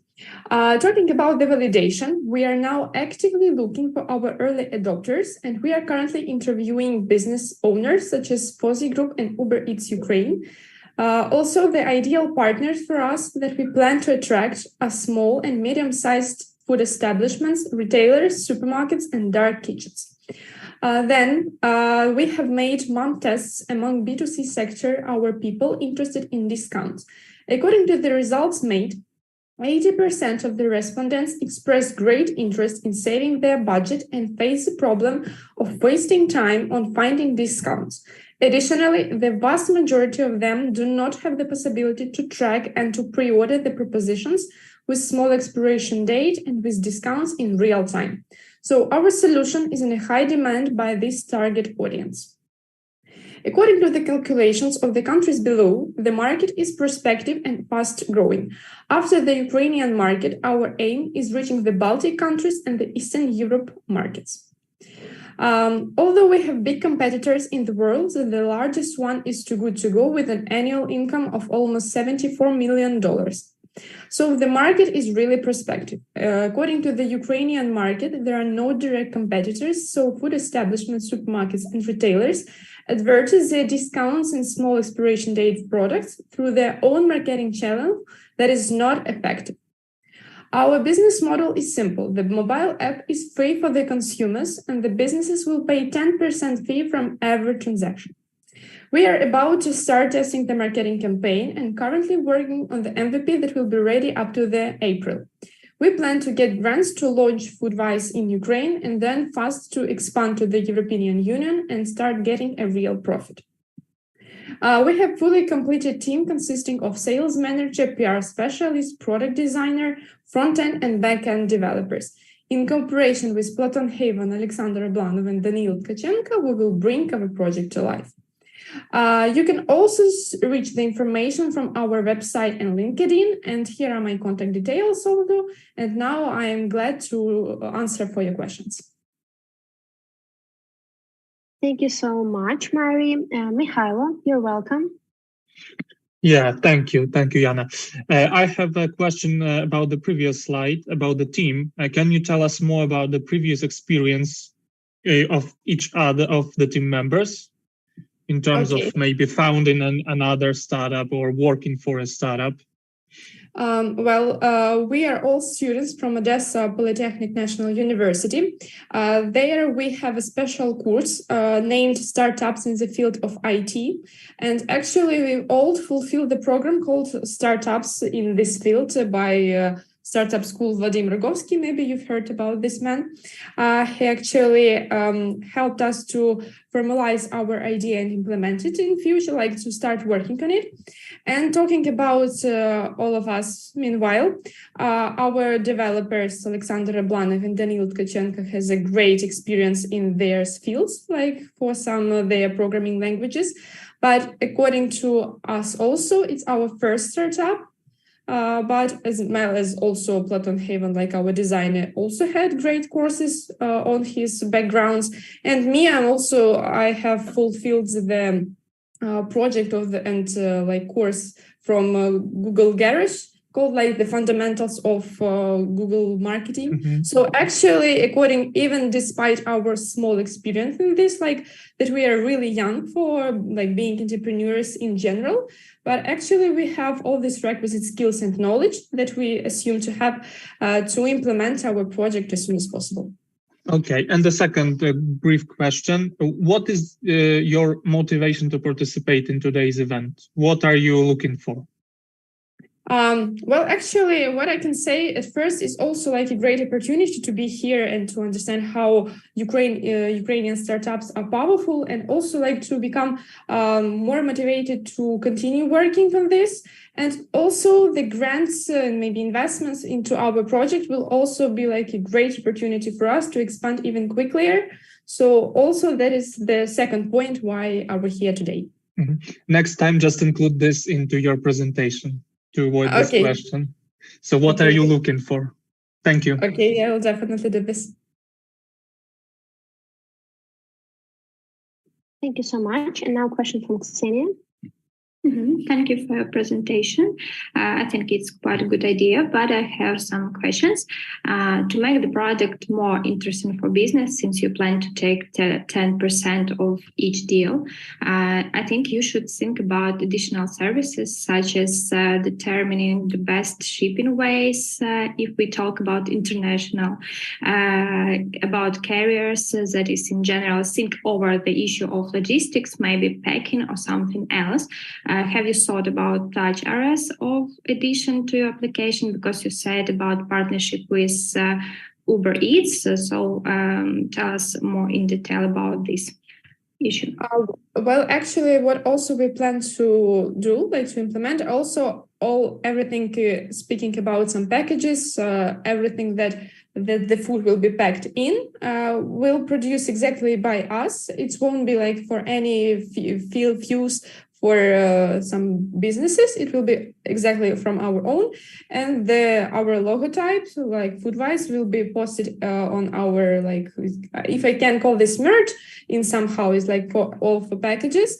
Logistics also can be implemented, but all what we've thought at first, that also there is possible like a pickup from the store exactly, and a possibility to have this logistics if you are ordering from some different establishments as well. So yes, we are working on it, and logistics may also be implemented. Okay, thank you. Thank you so much, Mary. It was a startup Foodwise. And now let's move to the next project, Startup Parostok. You're welcome. Okay, hi, one moment. Can you see our screen? Yeah, you can start. Due to lack of moisture in the south of the Odessa region, winter crops are dying. According to the Odessa military administration, 6,000 hectares of winter rapeseed and 2,000 hectares of winter wheat have already died. Hello, my name is Eugene. I am CBDO at the Science Park. We produce a unique technological unit that increase frost and drought resistance, increase in yield corn up to 15%, potato up to 43%, sunflower up to 65%. 58 crops we studied which are grown in Ukraine and are the main agriculture crop in almost all countries of the world. Unit for the preserving treatment of the seed material parostok, which microwave field. The idea is to process the seed at the dressing stage, which makes it possible to abandon the use of fertilizers and pesticides, as well as before laying the crops for storage to destroy pathogens and pest color weevil, rice weevil, Suriname, flow eater, The essence of the proposed technology lies in the fact that with microwave stimulation of the seed cell nucleus, a significant increase in its internal energy and potential occurs, which in turn leads to an increase in 2-4 times the argumentation energy volume up to 3 times, and the traits of the root system, including before overwintering of winter crops, increased frost and drought resistance, reducing ripening period by 10-12 days. By increased drought and frost resistance, we minimize the risk of crop failure for farmers and insurance company. Technical characteristic of the unit: operating time up to 16 hours per day, power supply 110 to 220 volt, productivity 400 to 1000 kilo per hour. The effect of the treatment lasts up to 4 months. Cost for the Ukrainian market is $25,000. Our market size by 2030 is more than 100 billion. Agrotech global market volume 2019-2027 grows from 17 to $41 billion. Global insurance market size growth up to 68 billion by 2030, CAGR of 8%. Our main task for this year is to confirm the result of our research in Europe and the USA according to modern standards. After receiving this confirmation, we begin implementation in agricultural holding around the world. Our technology is recommended as methodology for implementation by Ministry of Agrarian Policy of Ukraine. Two methodological publications were decided: microwave technologies in national economy and technology of microwave seed treatment of agricultural crop. Our technology unit meets the goal of sustainability development, namely 0-100. There is also a positive economic effect from increased yields and reducing the cost of using fertilizers and pesticides. Meet our team: Valery Prokhorov, academic doctor of science; Leonid Burdik, our director; Evgeny Vasilyev, BizDev director. Thank you. Thank you so much, Evgeny, for your presentation. Dear jury member, do you have any questions? Yeah, I have a couple of questions. So first question, how many prototypes have you made by today? By today, we made 10 commercial samples. 10 commercial samples. How much does it cost to make one prototype? $9,800 for make one technological unit. Okay, and have you had discussions with your commercial clients about the usage of those prototypes? What did they tell you about the usage? Yes. Does it work, or you need to make some minor changes? Or? Yes, it's work. We have 58,000 science.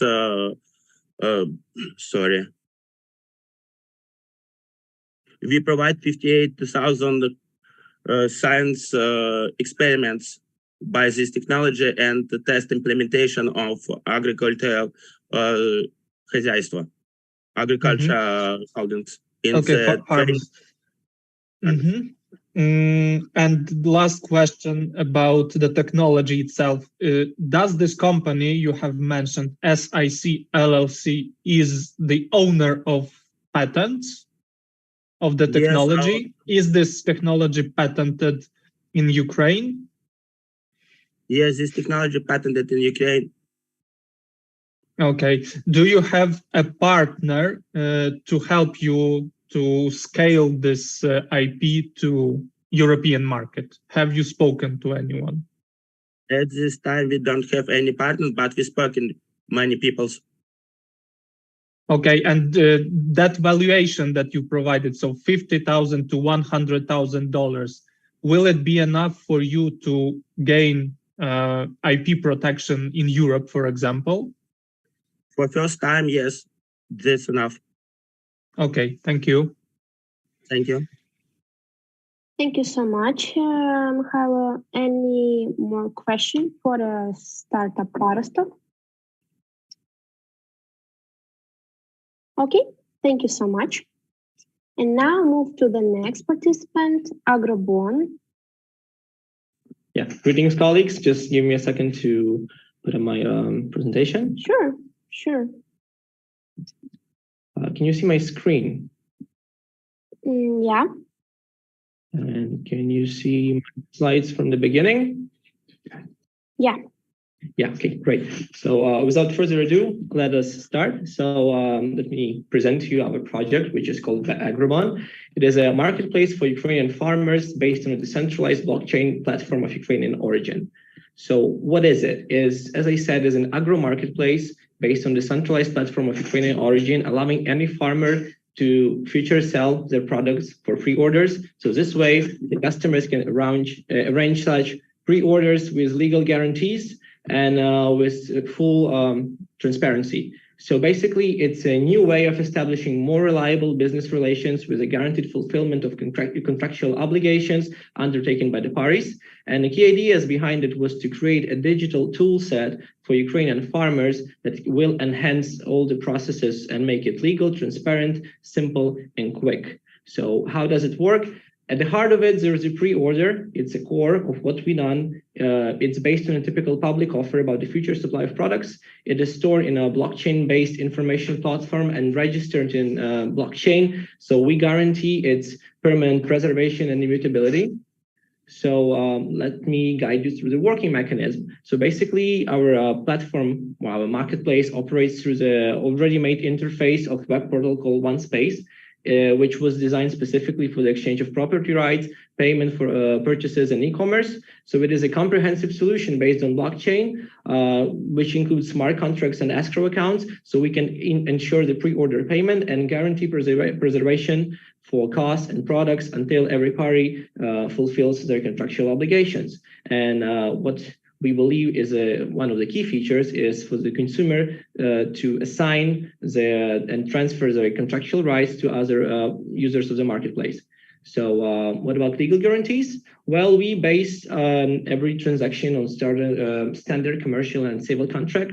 So it's concluded in a protected digital environment and is 100% compliant with the current Ukrainian legislation. And what are the payments?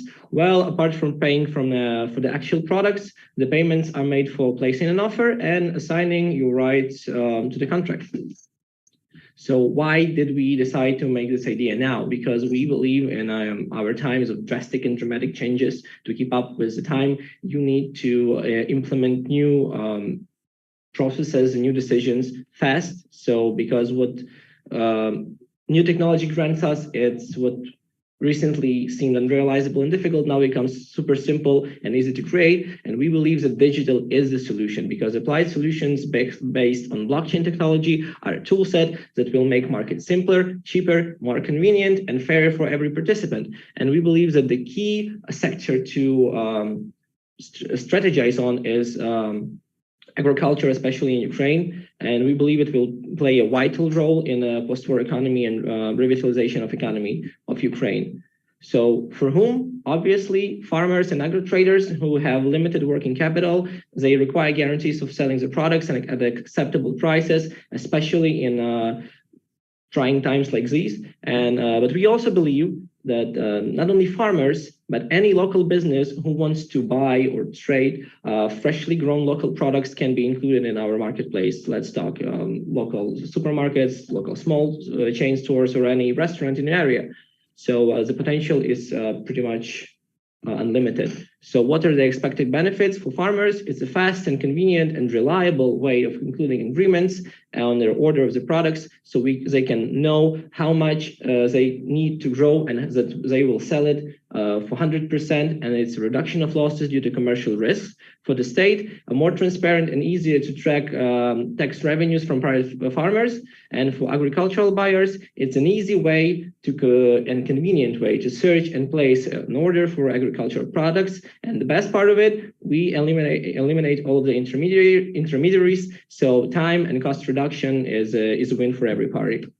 So roadmap. So first of all, we designing product requirement document, and we will work on implementing it for the existing OneSpace ecosystem because it will dramatically cut cost and time for us. Then we will transfer it for a specialized subcontractor, which is a Ukrainian IT company, and the prototype will be worked on and to be integrated into OneSpace. which is, as I said, blockchain platform. Then we will test and integrate it fully, but only in a web version because it takes time and technical prowess. And we will add new services and enhance the functionality. We will also be searching for investors to fund and develop the multilingual mobile application called Agribon, which with search areas in Ukraine, EU, USA, and Canada. Then we will design a new product requirement documents for a mobile app. And it will be partially based on orders of investors and features of certain geographical reasons. And then the launch of an app itself with a post-launch addition of new functions and features on a regular basis. So this is part of our vision, as you can see on the tips of your fingers. You can order, you can buy, you can create any order for any agro production, basically. And we also plan post-launch to create informational sections where we can create this big community of farmers and businesses that will cooperate and just come up with new solutions and strategies together. As part of our team, there's 4 of us as representatives of the Research Center of Economic and Legal Solutions. It's actually part of why we applying for this grant, because we, as I said, we need a subcontractor for a technical part because we working in economic and legal solutions, but not on a technical one. So we need someone to make it, to basically program it. So that's also answers the question of our motivation and why we're here today. Okay, thank you so much, Taras. The time is up. Mikhailo, you're welcome for first question. Yeah, thank you, Taras. One question was off my list. You actually told me about the motivation. I have another question, though. What are your competitors, local and regional, on your target markets? Yes, thank you for the question. I wouldn't want to, to sound pretentious or brag, but actually our marketplace is pretty much unique because we are trying to integrate in a unique system, because OneSpace is basically a unique informational platform based on blockchain, and there is no direct competitors. Of course, there could be some apps for just selling or buying, but we believe that we give more guarantees in terms of legal obligations, and because we work with smart contracts, we base every transaction, every order on a contract. So basically, there is no situation when someone is at risk, because farmer will know that okay, I signed a contract, the other party signed a contract, we are in legally binding agreement, and even if they want to back out of the contract, they have to sell it or assign the rights to a different party. Okay, so I have only one question left, and this is the question for you to answer, maybe yes or no. Is it easier for a company, for an agricultural marketplace with the revenue of upwards from 10 million euros to hire a team and develop a blockchain and transfer its business model onto a blockchain? Or is it easier for you to build a blockchain and then begin subscribing users? And to answer that question, coming back to why we are choosing to integrate into already existing platform, well, because we have a history with the company, because we were conducting researches together, basically, and because it's really expensive to build a blockchain system from the ground up for a company, even for a company with a revenue of 10 million euros. And that's why we're trying to integrate, because they already have 50,000 users from over 20 countries, and they were never doing, some big outreach in terms of marketing. So they're still in a position when they will expand their user base. And for us to already come to the pre-made platform and cut time and cost in creation and just create a solution will be, I would say it will be a win-win situation for both of us. Thank you. Thank you. Thank you so much, Ksenia. You're welcome. Thank you for your presentation and for our essential project. I have one question. Whether services for logistics connection will be available on the platform, and whether it will be possible to conclude, maybe in future, delivery contracts on platform, because in the case when we talk about small private farms, it's very important to them to deal with partners with profitable logistics for all parties. I think it would be relevant. So what do you think about this? Yeah, definitely. It's in the plans. Like I wouldn't say it's will be in the first web version probably, but as I said, we'll be enhancing functionality and adding new features. And one of the key points on our roadmap in the future, closer to launch and maybe soon post-launch period, it's to add services. Not only placing offers for products themselves, but maybe there's some user who said, okay, I can take it from a farmer to the customer. So also we will implement the same strategy. They will enter into legally binding agreement, basically a contract on the platform. It will be stored on blockchain, so it's immutable. It's always transparent. Everyone sees it. So yeah. To give you a short answer, of course, because we are trying not to only make it about products, but about services. So creating this giant agricultural community in the marketplace. So not only products, but services as well. Mm-hmm. Yeah, thank you. Thank you. Okay, thank you so much, Taras. It was a startup Agrobon, and we move to the next startup. Yes, Strauss, are you here? Yes, hello, I'm here. Hi, Andrew. I need to share a screen. So, yes, Rose, we are a manufacturer of biodegradable and can you see my presentation? Yeah, sure. Perfect. So the company, Yes Rose, we were founded 3 years ago by me and my co-founder, and we are a manufacturer of biodegradable and eco-friendly straws, drinking straws made of cane. Cane is plant that known to most of us as reed. It exists almost across any country across Europe, on waterways and lakes and rivers. So our current product is very simple. It's just drinking straws made out of reed stem. We developed our proprietary technology for processing this plant into product that is not a startup or idea, it's already on the market.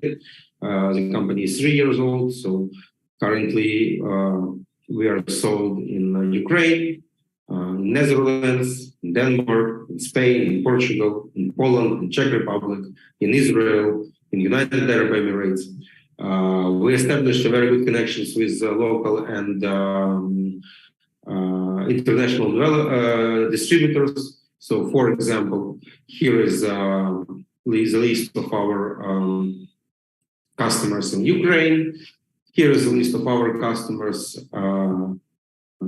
and distributors in Ukraine. So we are present in very big national retail chains and across specialized retail groups. So we have distribution internationally and distribution as a private label, which is the core of our business. So most of our products is sold under the name of our customers. So if you will see reed straws anywhere in Europe, it's probably us, but just us, but not us. I mean, like us, but the other brands, the other company. So we have some intellectual property already registered and certification. And the thing is that currently we are not in such a good financial stance, but we need to renew our certification frequently. That's why we applied for your program to be able to renew our certification for European exporters, because our current certificates are issued into like almost 3 years ago at the beginning of our business. And now we want to do the same, but in Europe, we want to do it with European laboratory, with European regulators according to listed regulations here. So a little bit about technology. So the technology is more of a processing than a production. So we do work with reed that harvested from waterways, and we process it with the use of our proprietary technology. Our current output is 3 million pieces per month, but from the day the war started, we are low. I think not more than 10% of that. So it's not as it we used to, but in general, we still have a very good standing. We still have very good connections with our customers, both in Ukraine and abroad, and looking for getting back on track, I would say, and making proper certification this time will help a lot.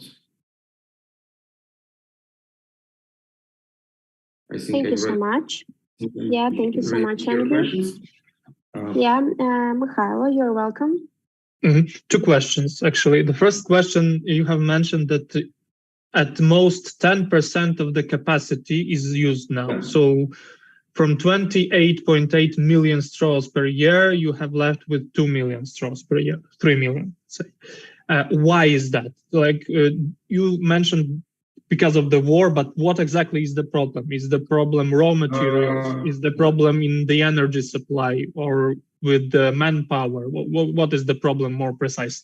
Yeah, it's a very reasonable question. Thank you. So for now, the main problem we're facing is lower sales. So in our structure of sales, we were like about 50-50. So 50% was for Ukrainian market and 50% for export. So currently, our local sales are down at least half, and our export sales are down more than that. So we face some problems. Now it's getting better. I would say now our distributors are getting back to us and planning new orders. But with distribution, it's not like, they come today and they order and the next week we're already shipping the product. It's planning. It's always planning for half a year up front, for 8 months up front. So any negotiations that's taking part today are going to materialize as an order for our production facility at least in half a year. So, but previous year were tough because, they were like really supportive. I would say our distributors were really supportive and helped us personally, especially when my partner, he left for armed force. So they really helped us even to fundraise something for equipment, for drones, for generators, for his unit. But in terms of business activity, everyone putting this on hold. They want to see how it goes. Now it's getting better. So to sum up, yeah, this long answer, but to sum up, I see that's not a capacity issue. It's not a problem on your end, but it's much more the problem on the your contractors. Yeah, so who buy from you. Okay, and the second thing, as I understand, you have been on the market for 3 years. You have been producing 30 million straws per year for all those 3 years, let's say on average. I would say gradually, because our technology, it's proprietary technology. We started as a reseller. We were buying straws from Chinese manufacturers, not made from reed, but made from another plant. And as our sales started to rise, we decided that we should produce this product in Ukraine. So we started with a small pilot manufacturing that was producing like 100 pieces per month. Then we switched to the next level, which was like 100 and 1,000. Okay. How much money did you invest in the production capacity?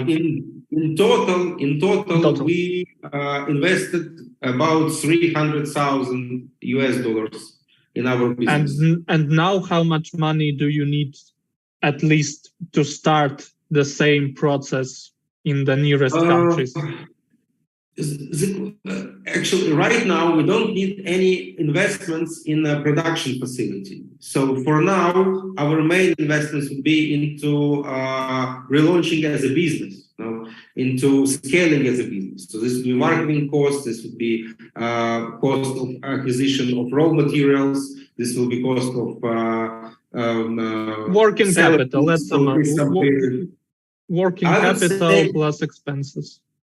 Yeah, exactly. So it's not like capital expense because it's already done, you know.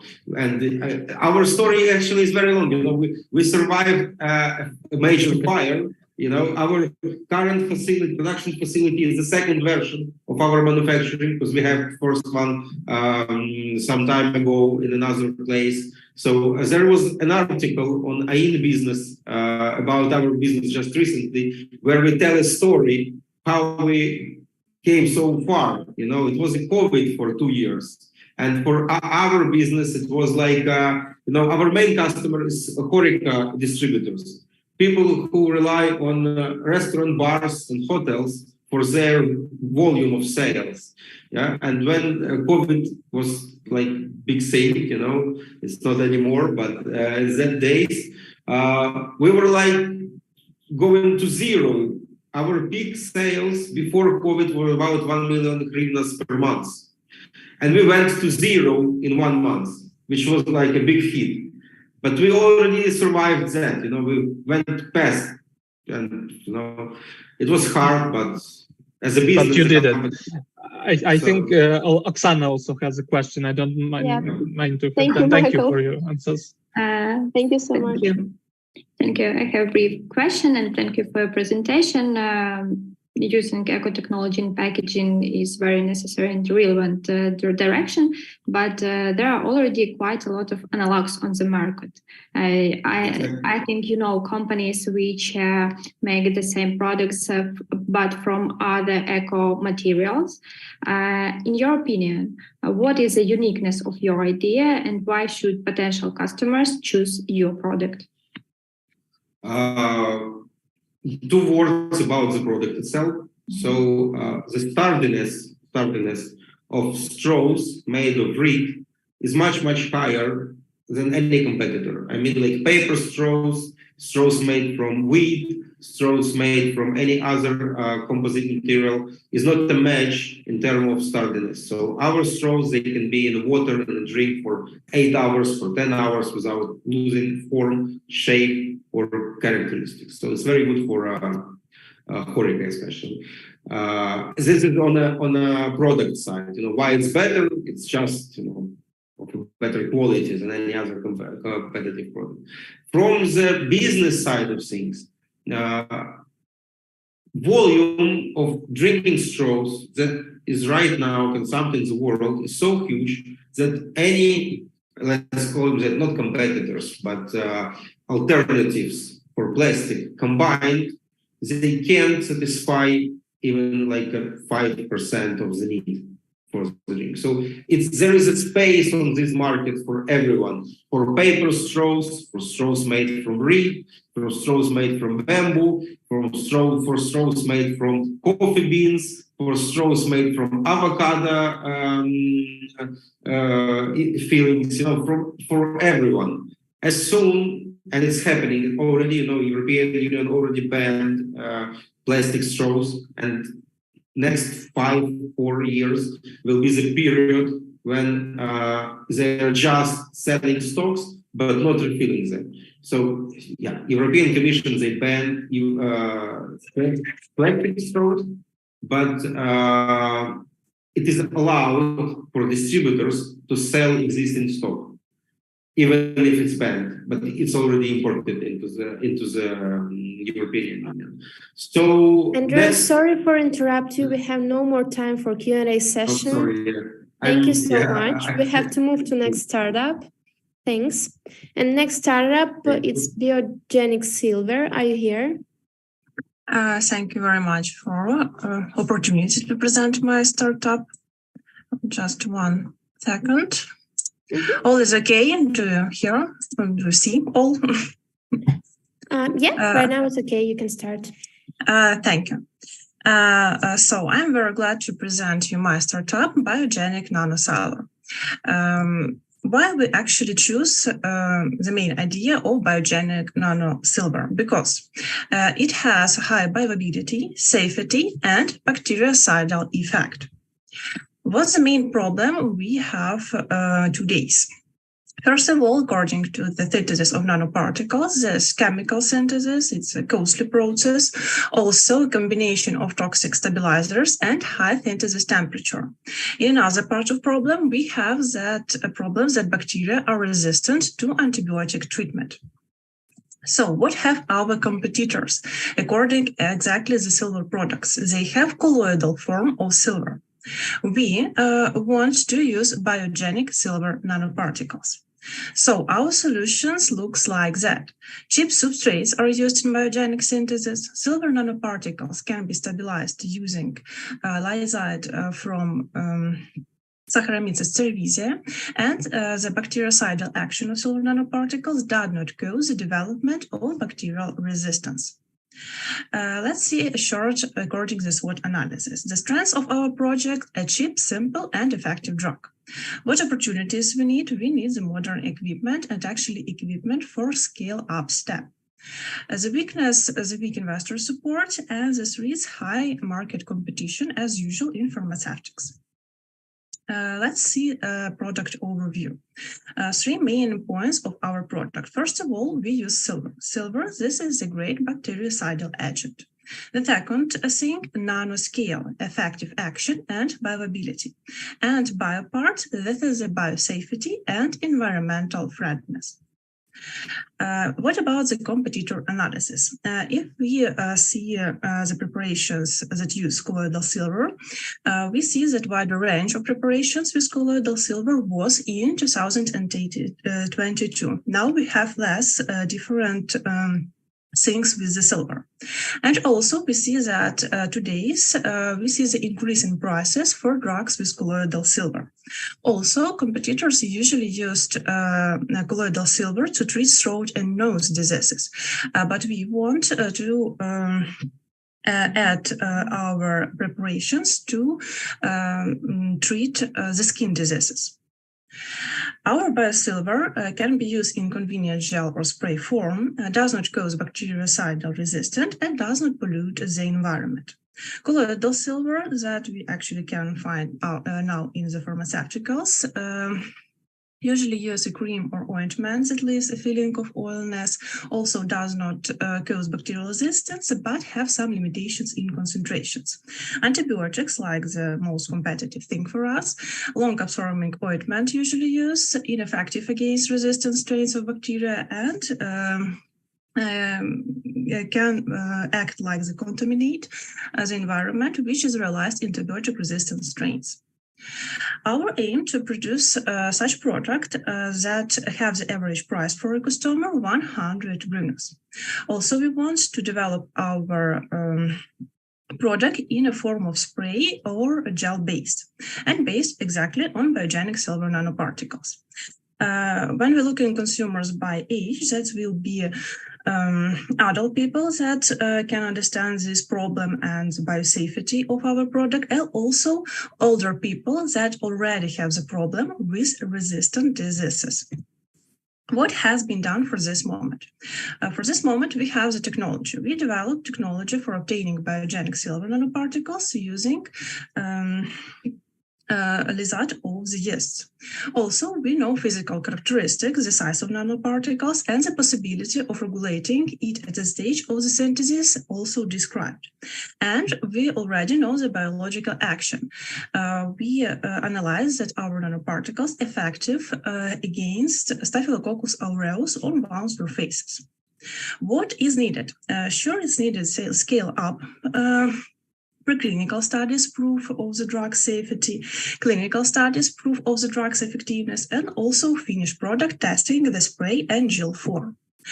Investment that required the big part of the investment we need for the equipment exactly to the scale up, and also salary and marketing investigations, because we still not know how to clearly we can solve our product. There you see our team. All of our team, this is a professionalist in biology and biotechnology. Thank you for your attention. Thank you so much. Mikhail, you're welcome. Yeah, thank you for the presentation, Olga. I have two questions. The first question is about funding. Can you swap to the funding slide? Yeah. This one? Yes, this one. Please leave it. So, as I understand correctly, this is 2.5 million, or how should I? Oh, no. This according that findings that we can found from this pitch days, because I don't have the opportunity how many exactly findings we need to provide biotechnological pharmaceutical product to the final product. That's just $2,500. Hryvnia. Okay, so this is the Hryvnia side. This is the first what has mixed me. Sorry. Okay, so you have not budgeted anything yet at scale, let's say. So this is the investment not required but available within this competition. Yes. Okay. For this moment, we have only experimental data. Yeah, I understand. Do you understand the difference between R&D company and actual sales and marketing activities in pharmaceutical industry, how it works? What are the roles of different types of companies? Yes, I understand. And that's why actually exactly pharmaceutical biotechnological product very low in our country, because exactly of this problem. Because when we're talking about the biotechnology product, we have to understand firstly, it's not about the solving some physical or health problems. First of all, this is about the make money. So if you want to sell your biopharmaceutical product, you have to understand exactly the time that you finally can get actually some money back. And also you have to understand how many time and people you have to use to make your product really saleable. Okay, but after the speech, please review the difference between R&D focused companies and marketing and sales focused companies. Okay, so just a comment. The second question, what I want to ask about the team, and actually about that do you have a company registered, or you are just scientists, ambitious scientists within a research institution who want to commercialize their let's say PhD thesis or something like that? So for me to understand clearly. This is the second part. We are the group of the scientists.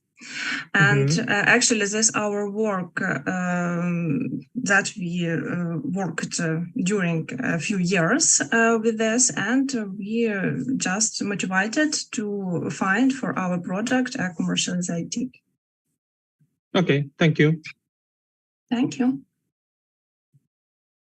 Thank you so much. Dear jury member, do you have any more questions? Okay, thank you, Olga. Thank you.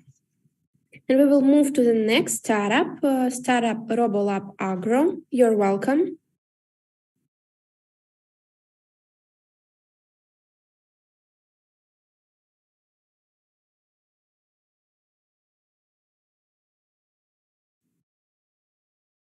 I just can see your desktop and now your presentation. Okay. Congratulations. My name is Nazar Harbet.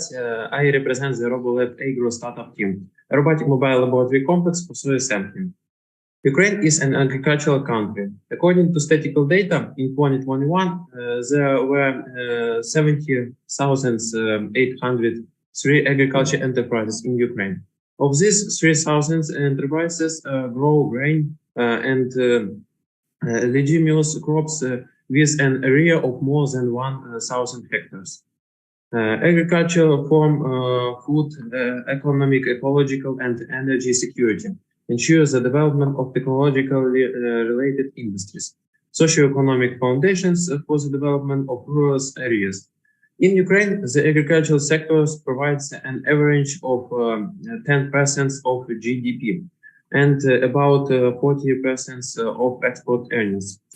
At the same time, in connection with Russia's war against Ukraine, 5 million hectares of agricultural land, or 50% of arable land in Ukraine are mined, which makes it impossible to carry out field work in the combat zone. The same number of areas may be at risk of mine or existing ammunition. Advancing technologies and new farming methods offer a new approach to agriculture production. Its effect on the environment, from drones and satellites to IoT and artificial intelligence, technological innovation is reshaping the farming industry. The global smart farming market has been steadily growing over the last few years and is projected to grow even faster in the coming years. The market size for drones in smart farms will increase to $4.8 billion by 2024. The agriculture Internet of Things in Europe is expected to grow from approximately $1 billion in 2020 to $2 billion by 2025. To increase the yield of crops, modern agriculture technologies is used. Mineral and organic fertilizers are systematically applied. Before replacing fertilizers, it is necessary to conduct agrochemical studies with a selection of grounds for conducting its analysis without established damage to crops. Also, in the spring period, it is difficult to do this with the help of heavy equipment due to the high impossibility of the ground. RoboLab Agro is a robotic mobile laboratory complex for soil sampling and real-time field condition monitoring. The robotic platform is equipped with a video camera as well as temperature, humidity, and acidity sensors. The platform is on the ground. Control of its operation is carried out using a drone. All plastic parts of the platform are printed on a 3D printer. The use of specialized software for controlling the robot has been mastered. The possibility of using RoboLab Agro and the three-dimensional model technology has been experimentally confirmed. Innovations in agribusiness are the basis of the country's food security. The uniqueness and advantages of RoboLab Agro is mobility and speed, and also reduction of damage to crops, and it can be used in the spring in spring period when heavy machinery is not available, and it is safety in mined areas. The main element of our system is a Arduino pilot flight controller, into which missions are loaded through the mission planner program. Computer vision algorithms in Python using the OpenCV library are also under development. Using Google Trend, we were convinced of the high interest into robotic devices in the world. The business model of the B2B startup is online and offline sales to agriculture enterprises and agrochemical laboratories. Now you can see our roadmap of the screen, on the screen. We already have an MVP. We plan, if funding is available, to improve it and bring the product to the market. On this slide, you can see our team. That's all. Thanks for your attention. Thank you so much, Nazar. Dear jury member, do you have any question for the startup? Mikhailo, you're welcome, as usual. Yeah, I just want to get the idea more, let's say, precisely. Do I understand correctly that this robot facilitates the work in difficult, let's say, explosively difficult conditions only for those specific cases, or it can be used in other types of situations where the land is not, let's say, ideal for heavy machinery? And if the second is true, then just can you give me an example of different situation in which this robot can be used? Now we have only MVP that which have all functions, but but in future we will develop more progressive chassis for robot, and also we work on development of camera block which help to our robot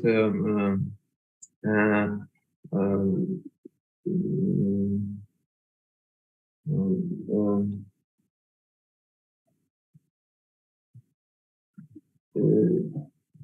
will be help our robot do not move to obstacles. Okay, so, okay, understand. Okay, thank you. Ksenia, you're welcome. Thank you for your presentation. And tell us about what is the uniqueness of this platform and what are its advantages compared to analogs which we can see on the market. We don't have direct competitors. Indirect are devices that function with the help of heavy equipment. So our robot has significant advantages. But examples of direct competitors, it is maybe other agriculture robots like field flux robot from ADGO, and the spherical robot Rosphere was created by researchers of from the University of Madrid. But these devices can only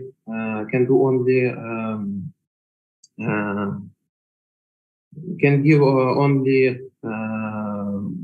temperature, humidity, and acidity values of soil. But our complex can collect the soil sampling from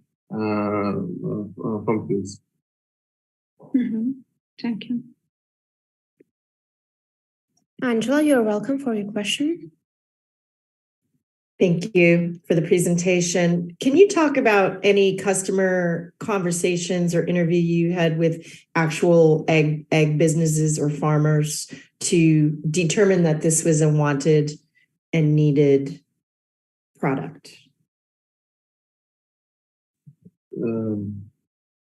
We don't have any contacts, but some local farmers were interested in this complex.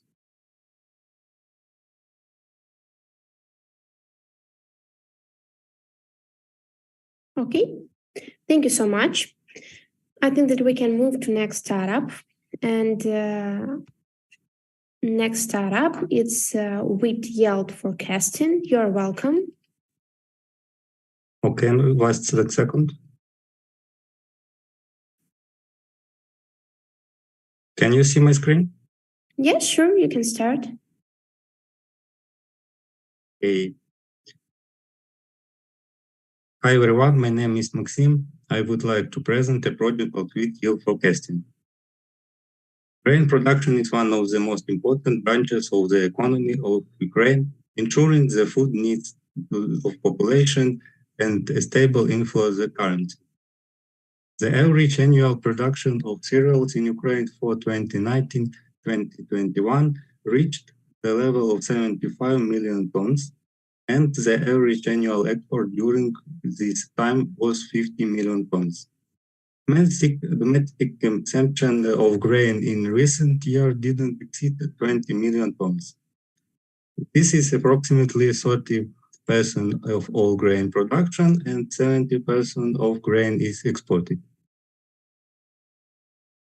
An analysis of wheat yield dynamics in the regions of Ukraine of the past 22 years shows that the yield is increasing. However, the tendency to increase grain yield is accompanied by significant yield fluctuations, the cause of which is mostly the weather and climate factors impact. The wheat yield dynamics in the Kherson region can serve as an illustration.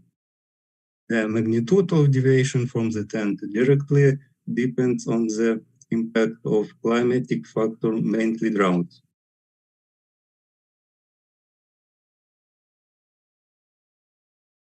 It shows that the temperature indicators in mid-May and early June and amount of precipitation in April commit the greatest influence of the yield. We used an innovative approach according to which the trended yield value are divided into two groups labeled as high yield and low yield. We use 6 methods to build a binary classification model among the tested machine learning methods, the random forest methods, and the support vector methods showed the best accuracy. A model has been built for the steppe zone of Ukraine. Also, a model is being built for the Chernosem zone of Ukraine. Our main results are: our project makes it possible to forecast the wheat yield with a horizon of 3 months. The model is built using machine learning techniques using cross-validation. The methodology of 2 types of forecasting has been developed. The use of machine learning methods allows you to achieve 85% prediction accuracy. The advantage of our approach is that they don't chase forecast accuracy, but settle for high yield and low yield estimates. Since the forecasting model has a horizon of 3 months, it can be used to make decisions in forward grain trends. The project allows for extracting more investments in the agriculture sector. The project is useful for traders who are engaged in the sale of crops.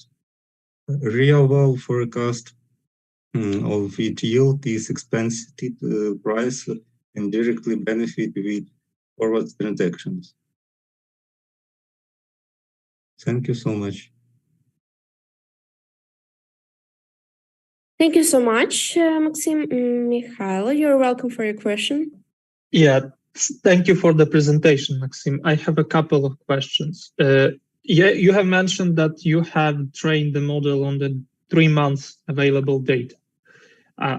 How do you expect this model to perform on, let's say, a year, if you expand the data set to a yearly data, so the full, let's say, crops, 2 full crop cycles? Do you expect the correctness coefficients you have showed us 0.84 to increase or to decrease? Thank you for your question. I think it will be high because our forecast can watch that is 80 currency.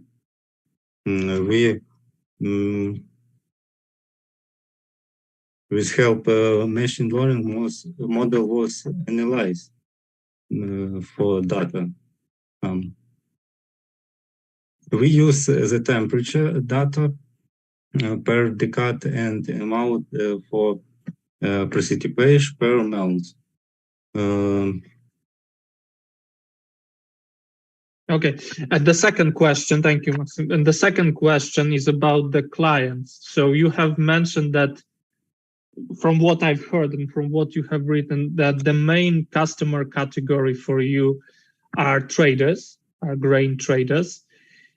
Can you tell us the case sample, how it will be used, how it will help them to conduct their business activity, how this model will improve their earnings or, let's say, decrease their losses, something like that? Thank you. Ordinary traders buys a forecast and can then resell it to other big companies. For example, the company sees that this will be a high yield. This means that they can invest and they will receive a profit. The more investment involved in the agricultural sector, the better is harvest and the good profit. So by invest you mean let's say to plant more seeds yes, in the soil. Yes. Or yes, okay, I understand. Thank you. Maxim. Thank you so much. Ksenia, your question? Thank you for your project. Do you plan to scale up and spread the mentioned method to other crops, not only wheat?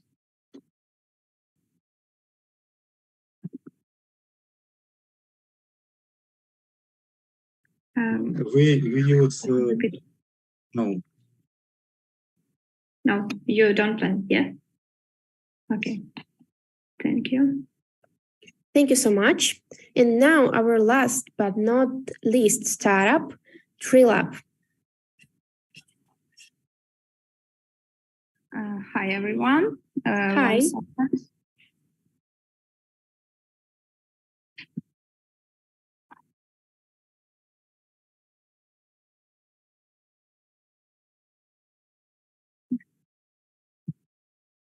So you can see my presentation.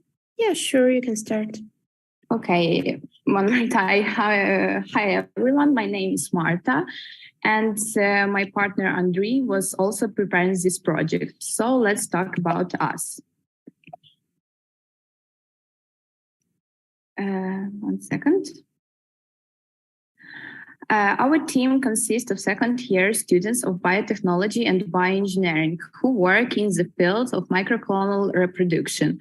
Our scientific advisor, candidate of technical and science, Petrina Romana Omelianivna. The idea of the project was developed against the backdrop of our personal research into the economic situation of agronomy in Ukraine. We want to help agronomists reach a new level of sales with the help of microclonal propagation.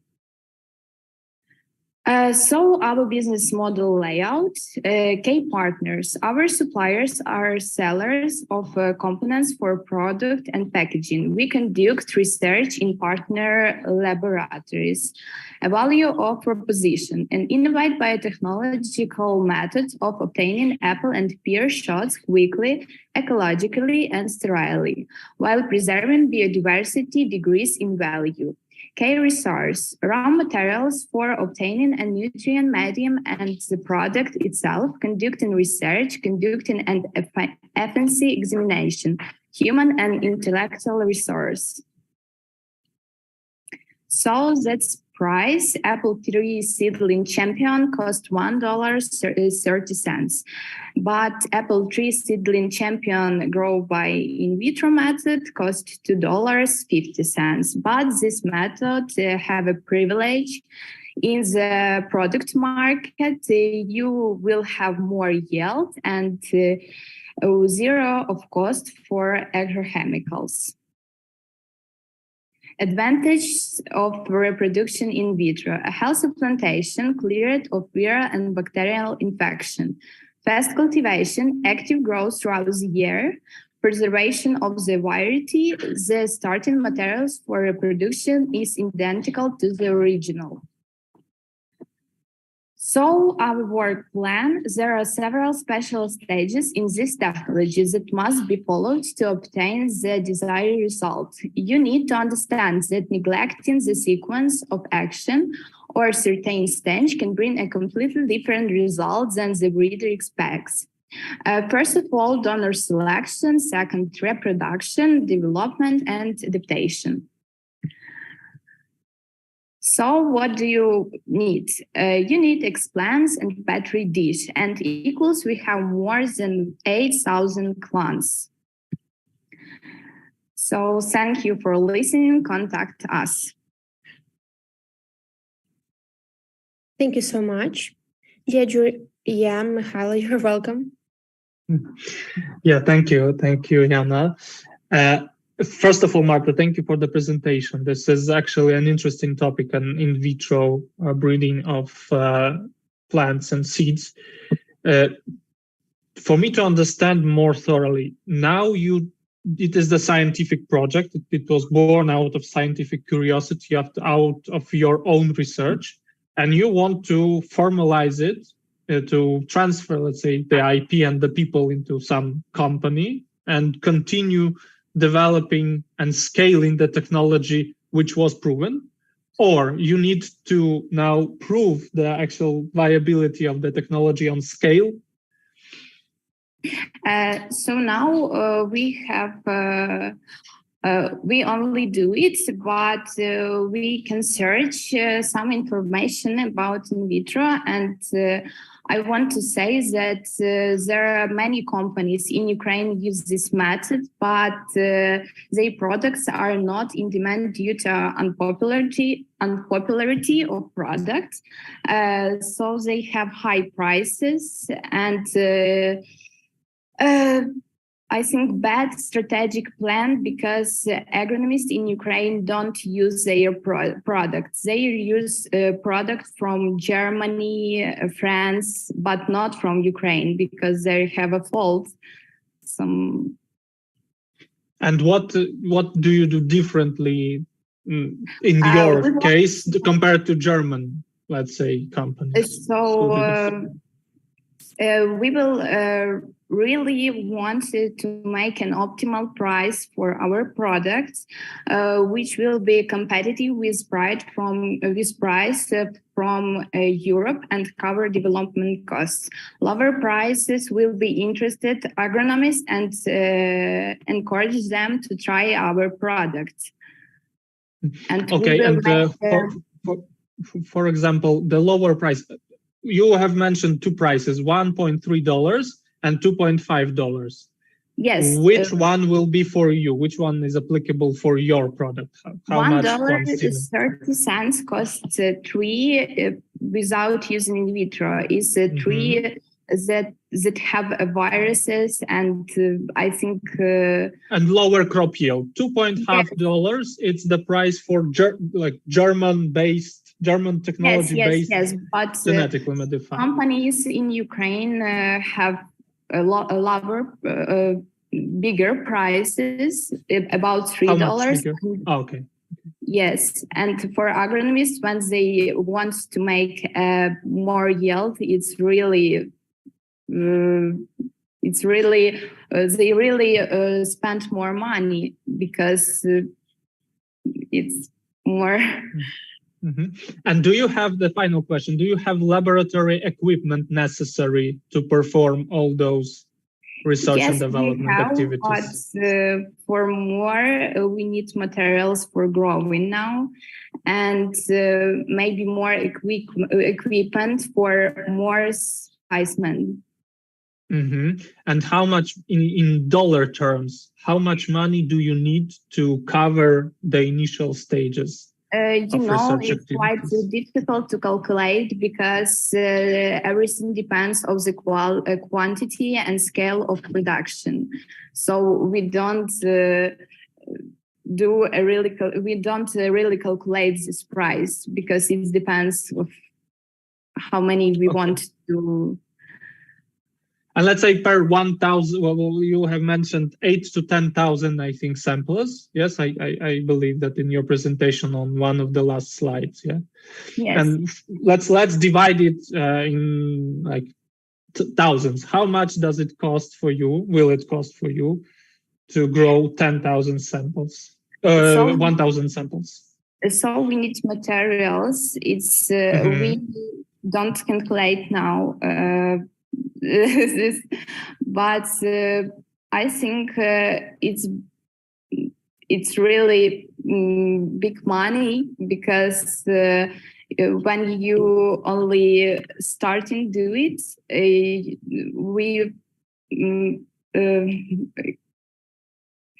I don't have to persuade my things, so.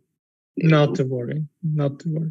Okay, and the last question, what is your motivation? I will finish with the question, which was my first one. What is your motivation of coming today on this event? What are you looking for? We're motivated because we want to really help agronomists in Ukraine because we read about this a lot, and I know that in Poland really they used this method and they buy these products. In Ukraine, it's not popular. I don't know why. Maybe it's not cheap, and agronomists in Ukraine don't know why they have to pay more, because it's very low advertising here for this product. Okay, okay, thank you. Thank you too. Okay, thank you so much, everyone, for this pitch, for your presentation, and for your question. So now we will have 20 minutes break for the jury members to finalize the winners and hear their names. So see you here after 20 minutes. Thank you. Thank you.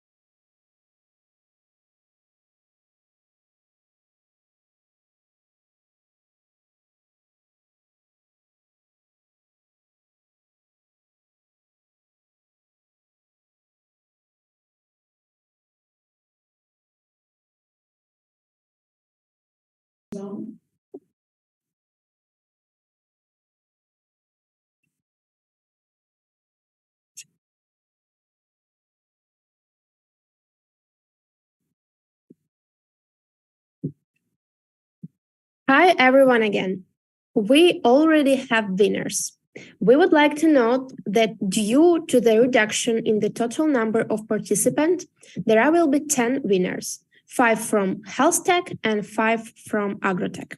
But before I announce them, I would like to give the floor for the jury members who evaluated the startups today and asked such a good question. For the first, I would like to invite Mike Haletsky. You're welcome. Yes, Jana, thank you. Thank you guys for today's presentation. I was only participating in agrotech, so my comments will be reflecting what I've heard from agrotech startups. So first and foremost, I have heard great ideas today, but please do remember that the idea is something intangible. You need to show the jury members and follow-on investors the actual product, so the implementation of the idea, how you see it, and what will you need to achieve it. Yes, so what financing, what knowledge, what other help you might need in order to achieve. So this is the first comment. And the second comment, do not afraid to put more information, slightly more information on the slides. Yeah, because some of the presentation, as I heard today, were lacking crucial elements. Yeah, so the first and foremost, the ask from the investor or from the party you are addressing. And so those are things to remember.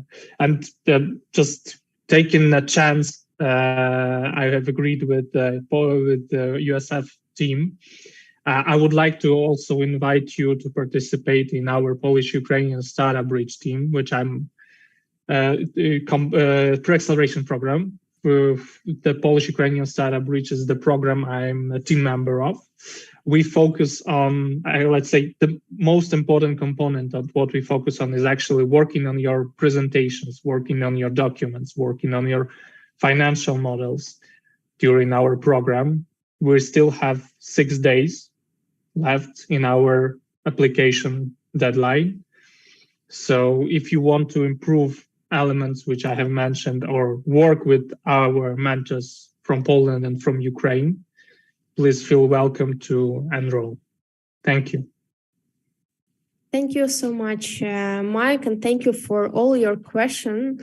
They were really good. And now just a few words from Angela Jackson. You're welcome. Thank you, everybody. Just excellent presentations and inspiring ideas. I think it's humbling for me to be sitting here in the US and understanding all the resilience and all that you're going through to just be a gritty, entrepreneurial, bright country. I love the young entrepreneurs that we connected with today.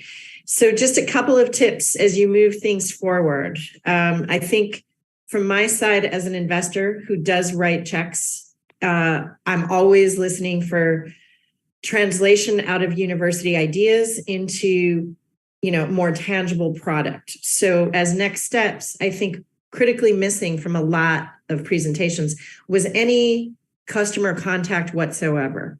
So having conversations with potential future customers, having detailed surveys, even to get at pricing or adoption behaviors, because we have a phrase that we don't like, which is build it and they will come. That is simply not true. We have to interact with customers and the market every step of the way to make sure we're building the right thing that the customers and the market wants. Other than that, a small tip, I would say with a short presentation of say 5 minutes and then 3 minutes Q&A, some of the best details I heard today came out through question and answer. Accidentally, what if a judge did not ask that question? So just remember to put everything in your presentation, not so much time needed on the problem statement. We want to get quicker to the solution statement and what it is that your unique avenue, your unique vision on that is.